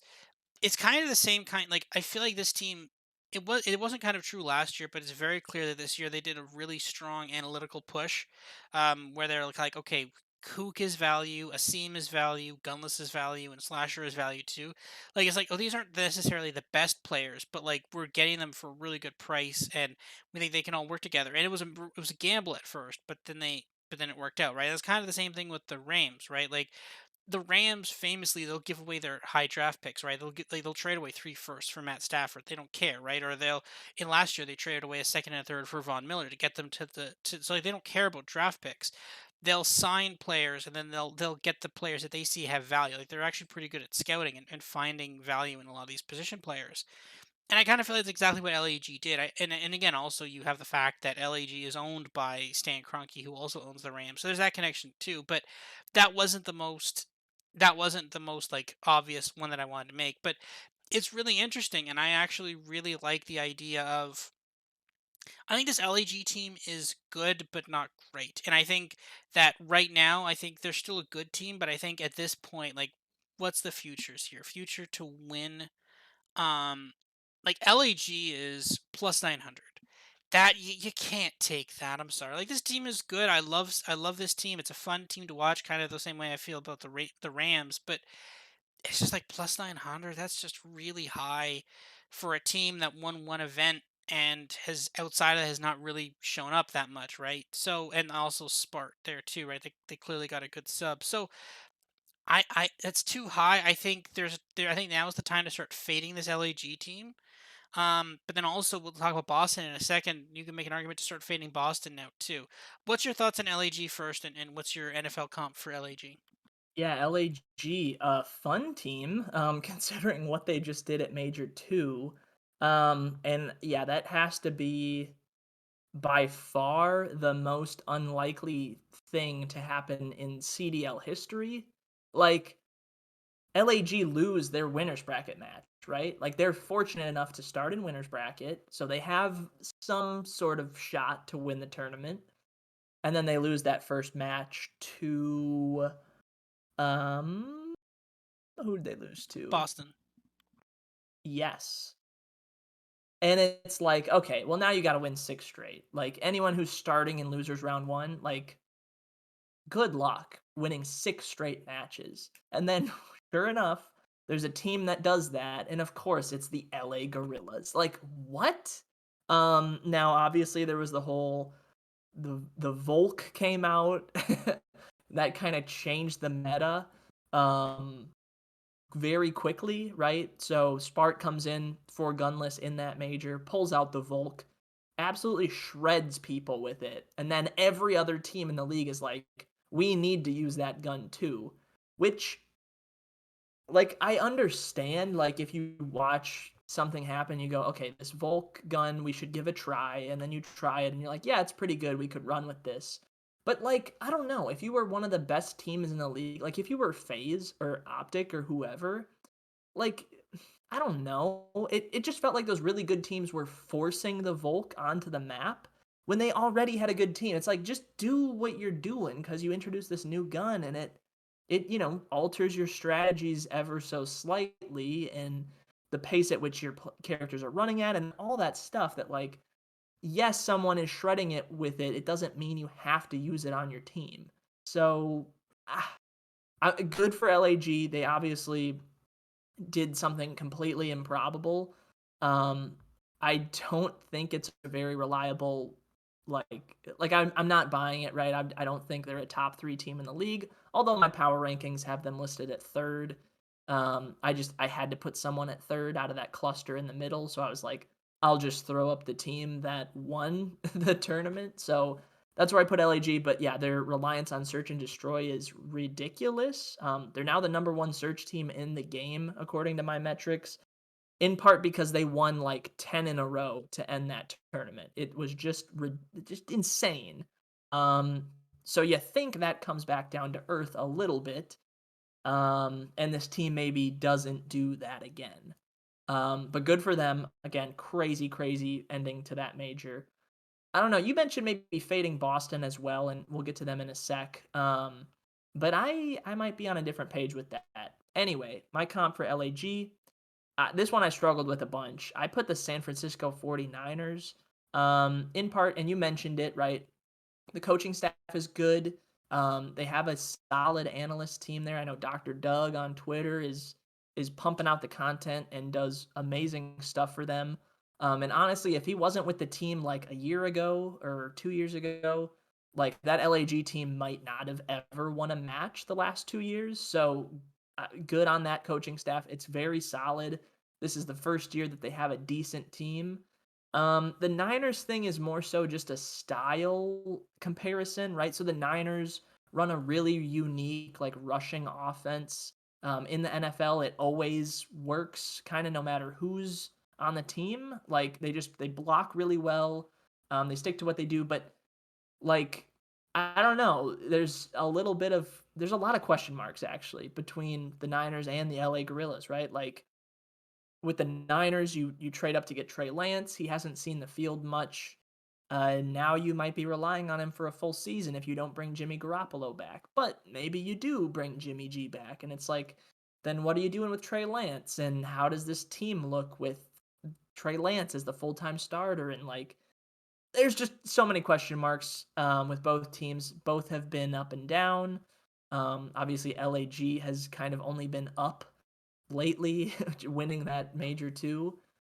Before that, it's been a whole lot of nothing for that organization. But yeah, a really, really hard team to figure out are the LA Gorillas. I gotta think they aren't gonna look like what they looked like in Major Two finals, but crazier things have happened. Um, but yeah, I'm not loving LAG in part, and we'll talk about Boston a little bit. We'll talk about Paris a little bit. And yeah, Ultra Academy NA is in their group, and they were the team that won the Minnesota Challengers Open. So, you get the hardest Academy team, you get a Boston team that's solid, and you get a Paris team that, like, I don't know, they don't want to lose to Academy teams because that just looks horrible. So I think you get tough matches everywhere, and you're the reigning champs. So, like, people are going to be coming for you. Um, and I don't know if the Volk has been GA'd. Maybe you know more about that. But if it is, like, that obviously changes the meta for the LA Gorillas the most, I would say. Yeah, I think it was GA'd in Europe, but I don't think it's been GA'd in North America yet. So I think we still have the Volk for this event. Okay. Um, Second last team, Boston. But before we do that, one quick thing. If you go to Bet365, there are tournament specials, which are actually kind of cool. There's the most played control map, Tuscan plus 150, Gavutu plus 175, Berlin plus 200. It'll be Berlin. Yeah, That's I think easy. it'll Like, be Berlin for most yeah. played control because people hate the two and people love playing the newest map. So I'm gonna bet on that. Most played hardpoint map: Berlin plus 150, Gavudu plus 225, Tuscan plus 250, and Bocage plus 600. I don't know what that is exactly. I feel like that's It was Bocage at the start of the year. I think teams have stopped playing that as much. But it's 6-1. That it's not might Berlin make anymore. I don't sense. think. Berlin is getting played a decent amount. I don't have the exact like frequency up, but I would think they're probably mirroring it close to what we've seen lately. But like Bocage at 6-1, like these amateur teams might just want to get really mixy on a Bocage, and if other teams are fine playing that, like we might see a ton of it. So And again, then just take the underdog. yeah, and then most played search destroy map: Berlin plus 150, Tuscan plus 175, Desert Siege plus 350, and then Bocage plus 600. That was a bit more That challenging. one's really tough. But again, like You don't have maybe to bet on all Bocage. these. I don't know. Yeah, I like Berlin. I actually do really like Berlin at 2-1. I actually really do like that. I think that's like because generally when you get a new map in the rotation, people love playing it to test it out.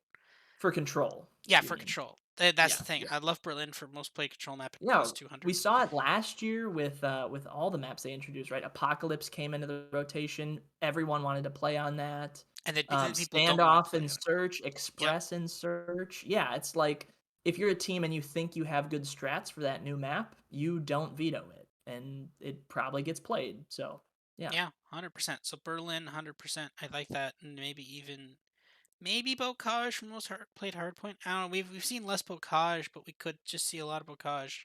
I don't know about Berlin. That seems like really high for most played for Berlin. I don't know. Gavutu. I don't know. I really do like Berlin to be most played. But anyways, Boston Breach. So Mhm, Boston Breach, they're an interesting team, right? And I'll explain my comp. My NFL comp for them is actually the Cincinnati Bengals. I actually think they're the Cincinnati Bengals. But like the other your example of London being the Cincinnati Bengals, that also works as well too, right? It's like a young team, great marketing, right? You have a great quarterback is and I refer to quarterbacks as generally the main AR. So you got like methods, you got some great young players. Um, Boston's case are being, I feel personally, they're kind of being somewhat held back by TJ at times, but again, the Bengals are kind of being held back by a bit of a bad defense too. Sometimes you can just get blown out, and that's kind of a fault of their defense. Um, but yeah, they're minus 400 to qualify. I think I said before they're plus 110 to win the group. I do kind of like them to beat LAG. Outside of that, I don't know how far. Like they just seem to keep hitting a wall with FaZe. Maybe FaZe is a really really good advantage against them. I feel like maybe just a very good matchup specific thing for them. Um, I don't know. It's weird. This team seems really good, and I really do like this team. I really love rooting for Methods as a former Ultra player who I felt like caught the short end of the stick there, but I really do love Methods, and I love rooting for him, but like I just maybe plus 110 to win the group. But then the thing is, I worry about that though in terms of because then Ultra Academy and A, like if Ultra Academy and A beats LAG and then also beats Boston, then like I don't think that's impossible, honestly. Like I really think they could beat one or both of them. Really, maybe not Boston. Well, like I feel like they could beat either or of them or both of them, right? Like I feel like they're somewhat equal. And again, they're not going to know their strats, right? So I think this could be really interesting. I think we could have a really interesting some really interesting games on our hands with this. And I think that if we like I think Boston's a good team. I really like them longer term, right? They've got Nero, they got Capsule, they've got Methods probably locked up. The problem is that I think with Methods comes TJ, and I think that's like if that wasn't TJ, I think this team would win a major. But I think that TJ does hold them back a little bit. Sometimes he's just extremely like, and again, sometimes he has an amazing map, and he just takes over the map, and it's like cool. He just went like plus 20 or something. But then other times he's like 5 and 15 or something, and then that's the problem, right? It's just that those inconsistent maps. So you can work on that, or you find a new player to replace TJ, right? Um, what are your thoughts on Boston? What's your NFL comp? Do you like them in this tournament? Do you not like them? I definitely would. I'd probably take them over LAG head to head. But I don't know. What's your thoughts on it? Because I think part of the reason why LAG did so well is that people weren't expecting the Volk and they had Spart and they weren't really prepared for their playstyle. But now that they know how the Volk works and they know LAG's playstyle, I think teams will be a lot more equipped. And I think Boston specifically, Boston's going to be pissed about that Game 5 search loss to them. So I think Boston might be out for blood. What are your thoughts on this? What's your NFL comp for Boston? Yeah, kind of another team I struggled with a little for the comp. I went with the team that owns this team, much like you had the Rams and the LA Gorillas kind of paired up. Um, the New England Patriots is my comp for the Boston Breach. And part of that has to do with they play in the same city almost. But another part of that is just like there's a very clear like alpha in the room, and he's an older player, and he's not the coach, so he's not Bill Belichick. But Methods is like clearly the leader of this team. He's the best player on the team. Like Capsule is very good. He's a up and coming rookie.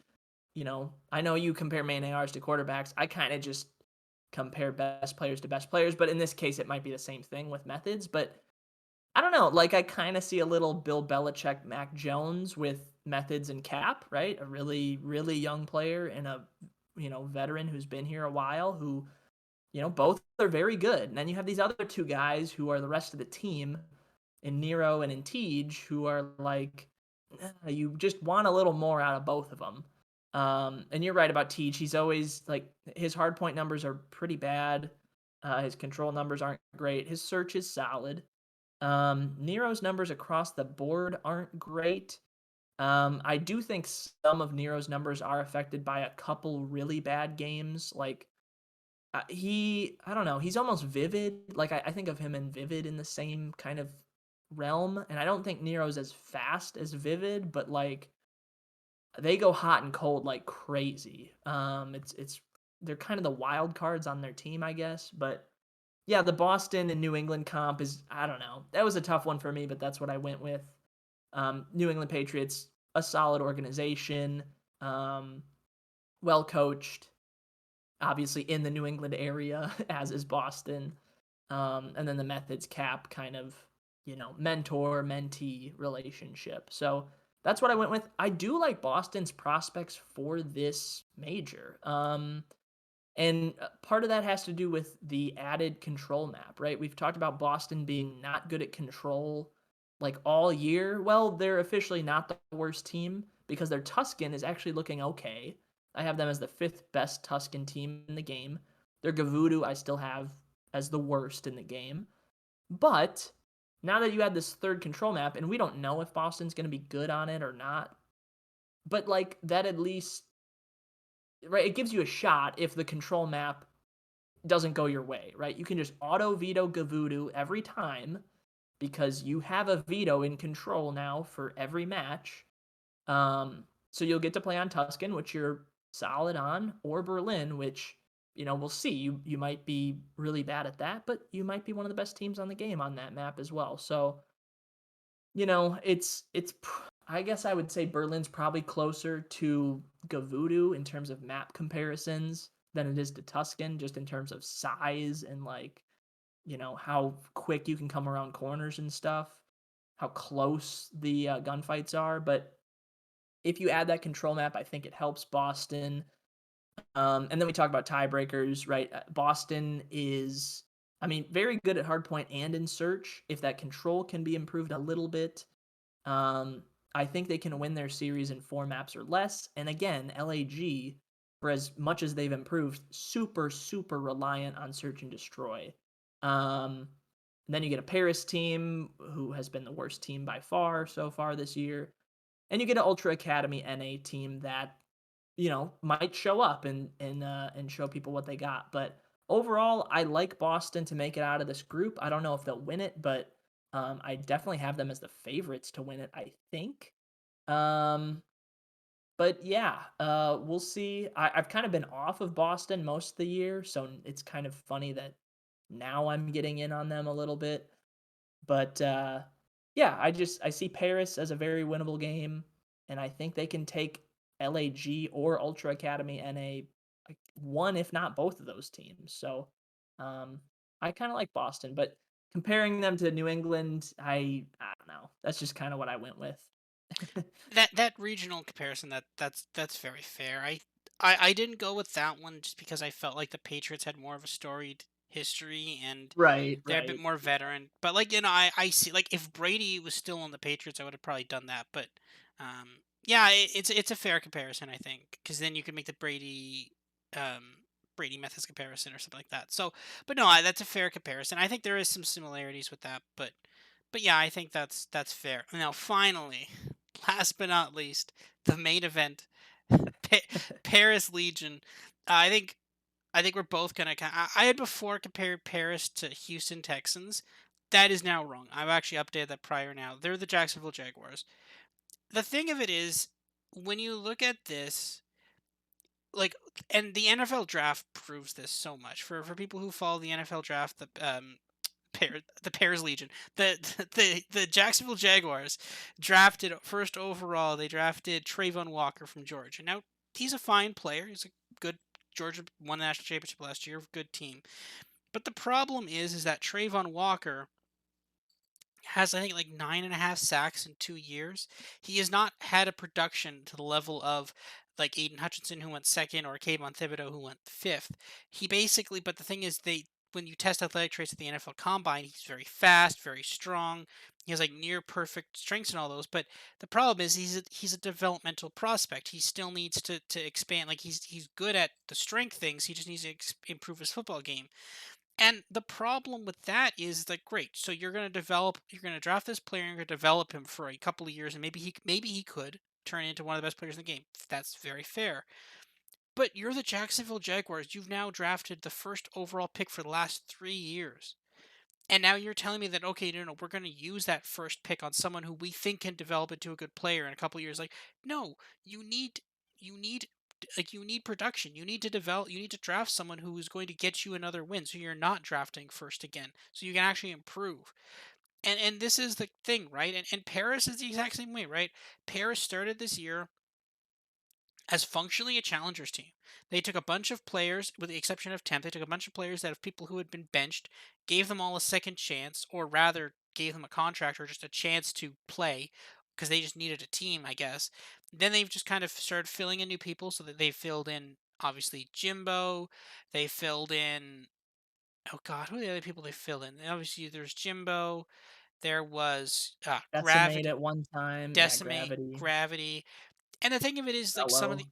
yep, fellow. Some of these players have been okay, but good. But the problem is, there's still just a fundamental weakness in this team, and the thing it's not. Unfortunately, it's not Temp. And you want to. Some people want to point the finger at Temp, but it's not Temp. But the team needs a complete overhaul, and they just keep putting band-aid solutions on it. Same thing as Jacksonville, right? Like I would not be surprised. And again, there's no betting line on this yet, but like, if you told me Jacksonville bets is going to make a first overall pick next year, if they get the first overall pick, the worst record in the league, not surprise me. I when that line goes up and comes up generally in the off closer to the beginning of the year, I think generally around September, or still like generally like July or August, you get like worst record in the league. Would not surprise me to see Jacksonville drafting first again, because like, they have so many issues, and instead of prioritizing production and actually winning games, they decided to draft someone who they think can be good. And I feel like that's kind of the exact same mistake that Paris makes. And I mean, when you look at the NFL entry draft from last week, a lot of teams got much better. The Jets got better, the Texans got better, the Giants got a lot better in some of these positions, right? All these teams got better, but like, you look at the Jaguars, and like, with Trayvon Walker, if he doesn't produce, this team didn't get, like, they got Devin Lloyd at linebacker, but everybody got slightly better, right? So it's hard to say that like the Jacksonville Jaguars got definitively better from the draft when every other team seemed to have massively improved. And I feel like when we look at the same way in the CDL, when Paris gets a new player, we're like, oh well, this might make them better, but it somehow doesn't. And like, oh well, they got this new challengers player. Well, that doesn't really help them that much, and they're still kind of in. Maybe they win a game, but they're still in the same place. So that's my opinion of it, at least. What's your opinion of Paris? Do you and what's your NFL comp for Paris? Yeah, obviously Paris, worst team in the CDL since it's been introduced. Um, yeah, there's not a lot of good stuff to say about them. I will say for this tournament, like if you're looking for motivation, I spoke on it for a bit earlier, but like if you're the Paris Legion, like you really you don't want to lose to amateur teams, right? That is like it would just be so embarrassing, you know? And I'm worried that that will happen, right? You have the best amateur team coming into your group now, and you still have two CDL teams to deal with. So, yeah, I worry about him a little bit, but also maybe it's a wake up call for that organization. If that organization continues to exist into future CDL years, that, like, hey, maybe just getting like the scrap heap free agents every year and throwing them out there and doing nothing is not a good strategy. So, um, I like your Jags comparison. I have two teams written next to Paris. The Jags were the second team that I wrote down. The first team I wrote down was the Carolina Panthers. Um, the Carolina Panthers are a horrible organization that doesn't know what they're doing, much like the Jags. But the one thing I will say about the Jags, and also the Jags have had two first overall picks in a row, not three. Just a quick little My tidbit. bad. Oh, who drafted first then in 2019? Joe Burrow and then Lawrence and now Oh, Walker. you're right. You're right. You're right. Yeah, Joe Burrow was in there. My bad. Sorry. Sorry. No Sorry, problem. Jacksonville Jaguars. Yeah, all you 8 Jags fans are pissed out there. No, but, like, if you're the Jags, you at least I know that the Trayvon Walker pick, right, might not be everybody's favorite, but it can make sense because this dude is a freak athletically and, like, he could be a monster if it all goes right. I've also heard things about how, like, if you're the Jags GM, you have more to gain. Like, if you suck this year and you're the Jags GM, you're done. But if your first overall pick is someone who not a lot of people would have taken and he's good, well, now you're like looking pretty smart. But if it's the guy who everyone wanted you to pick and he comes out and he's whatever and you're still 3 and 14, it's like you're still gone no matter what. So there's that whole kind of, GM aspect to it of you got to keep your job, all that sort of stuff. The Jags have some hope, right? They have Trevor Lawrence, who wasn't great his rookie year, but like is one of the better QB prospects we've seen in some time. Joe Burrow wasn't phenomenal his rookie year. He showed some flashes before he got hurt, but like if Lawrence can make a year two jump, this team might be competitive. The Carolina Panthers, for years, like ever since Cam Newton got bad, they just have not had any freaking clue what to do with their entire team. And they prioritize like just not the things they should, right? So I'm just thinking about quarterbacks they have and have had lately, right? So right now they have Sam Darnold at QB. That's, we saw what that did last year. It did not do much. They brought in Cam Newton last year, who had like a good game in his first game back, and then did nothing. The year before that, they had Teddy Bridgewater as their week one starter. He was, as you would expect, like below average. Like, I don't know. They keep doing this thing where it's like, oh, if we could just get a decent quarterback, the rest of this roster is pretty good. Maybe we can go 9-8 and sneak into the playoffs. And it's like, okay, maybe you can do that, but like you're just gonna get bounced in the first round of the playoffs anyway. It's like the process just is not there for that organization. Um, their positions where they're very good at are like not as valuable as other positions, right? Like Christian McCaffrey, great running back, but running backs by and large are replaceable players. Not saying Christian McCaffrey is, but like the drop off between McCaffrey and the next best running back or a running back, not quite like an average running back, is not that bad. Their D line is quite good, which it does matter for affecting like pass rush, but they're a primarily run stopping unit and the running game isn't as efficient as the passing game. There's all this nerdy football analytics stuff I could get into, but overall, the Panthers are stupid. Paris is also a pretty dumb organization. Um, yeah, so that's my comp for them. But again, the one hope I have for Paris this weekend is the let's not lose to a challengers team rally. Maybe they win that game against Ultra Academy, but I do think they kind of lose to Boston. And like maybe they have a shot against LAG, right? If LAG falls off and search and destroy way harder than we think they might, um, then Paris could maybe take them out. But yeah, it's a not great organization that we've probably spent way too long talking about. Yeah, we've decided to just rant about how bad one of the worst CDL organizations is comparing them to the worst NFL organizations. And I think there's a lot of like nerdy football stuff in there. I love that stuff to be honest. So that might be a different podcast we do to talk about NFL stuff. But yeah, I mean, again, I think there's a lot of cross interest in the CDL and the NFL. I think, and I think we make a lot of NFL comparisons. I thought it'd be fun for this time to do it. So yeah, so I think we've talked about a lot of different bets. Um, a lot. We talked a bit about some lines. I mean, obviously, we generally get in depth about like, oh, this spread and that spread. But honestly, I think we did a really good job of covering a ton of stuff. It only took us just over 2 hours. So yeah, there we go. So Yeah. yeah, so thank you for coming on, Ryan. And obviously, I believe the CDL starts again next week. Hopefully, we'll have more time to talk about all the different matchups and what happened this weekend. I believe it's next weekend. I think is it? Is it next weekend? I think it might be either next weekend or the weekend after. Yeah. I'm gonna just double check that so we can tell our fans. May 13th. So Yeah. Next week. that is in fact next weekend. So we will be back next week with our podcast for that one, and then obviously there's gonna be 3 straight weeks of major three qualifiers, and then the major itself, and then there's a couple weeks off for the last major for the last qualifiers and the major, and then there's champs, and then the All Star thing and all that stuff. But yeah, um, we're at the halfway point in the season, and this should be a fun tournament. And remember, if you're listening to this, watch this because we need to prove to the CDL that people are going to watch challenger teams and quad streaming. That we're not just going to like split the audience four ways. All right, thank you everybody for listening, and we'll see you guys next week. Thank you.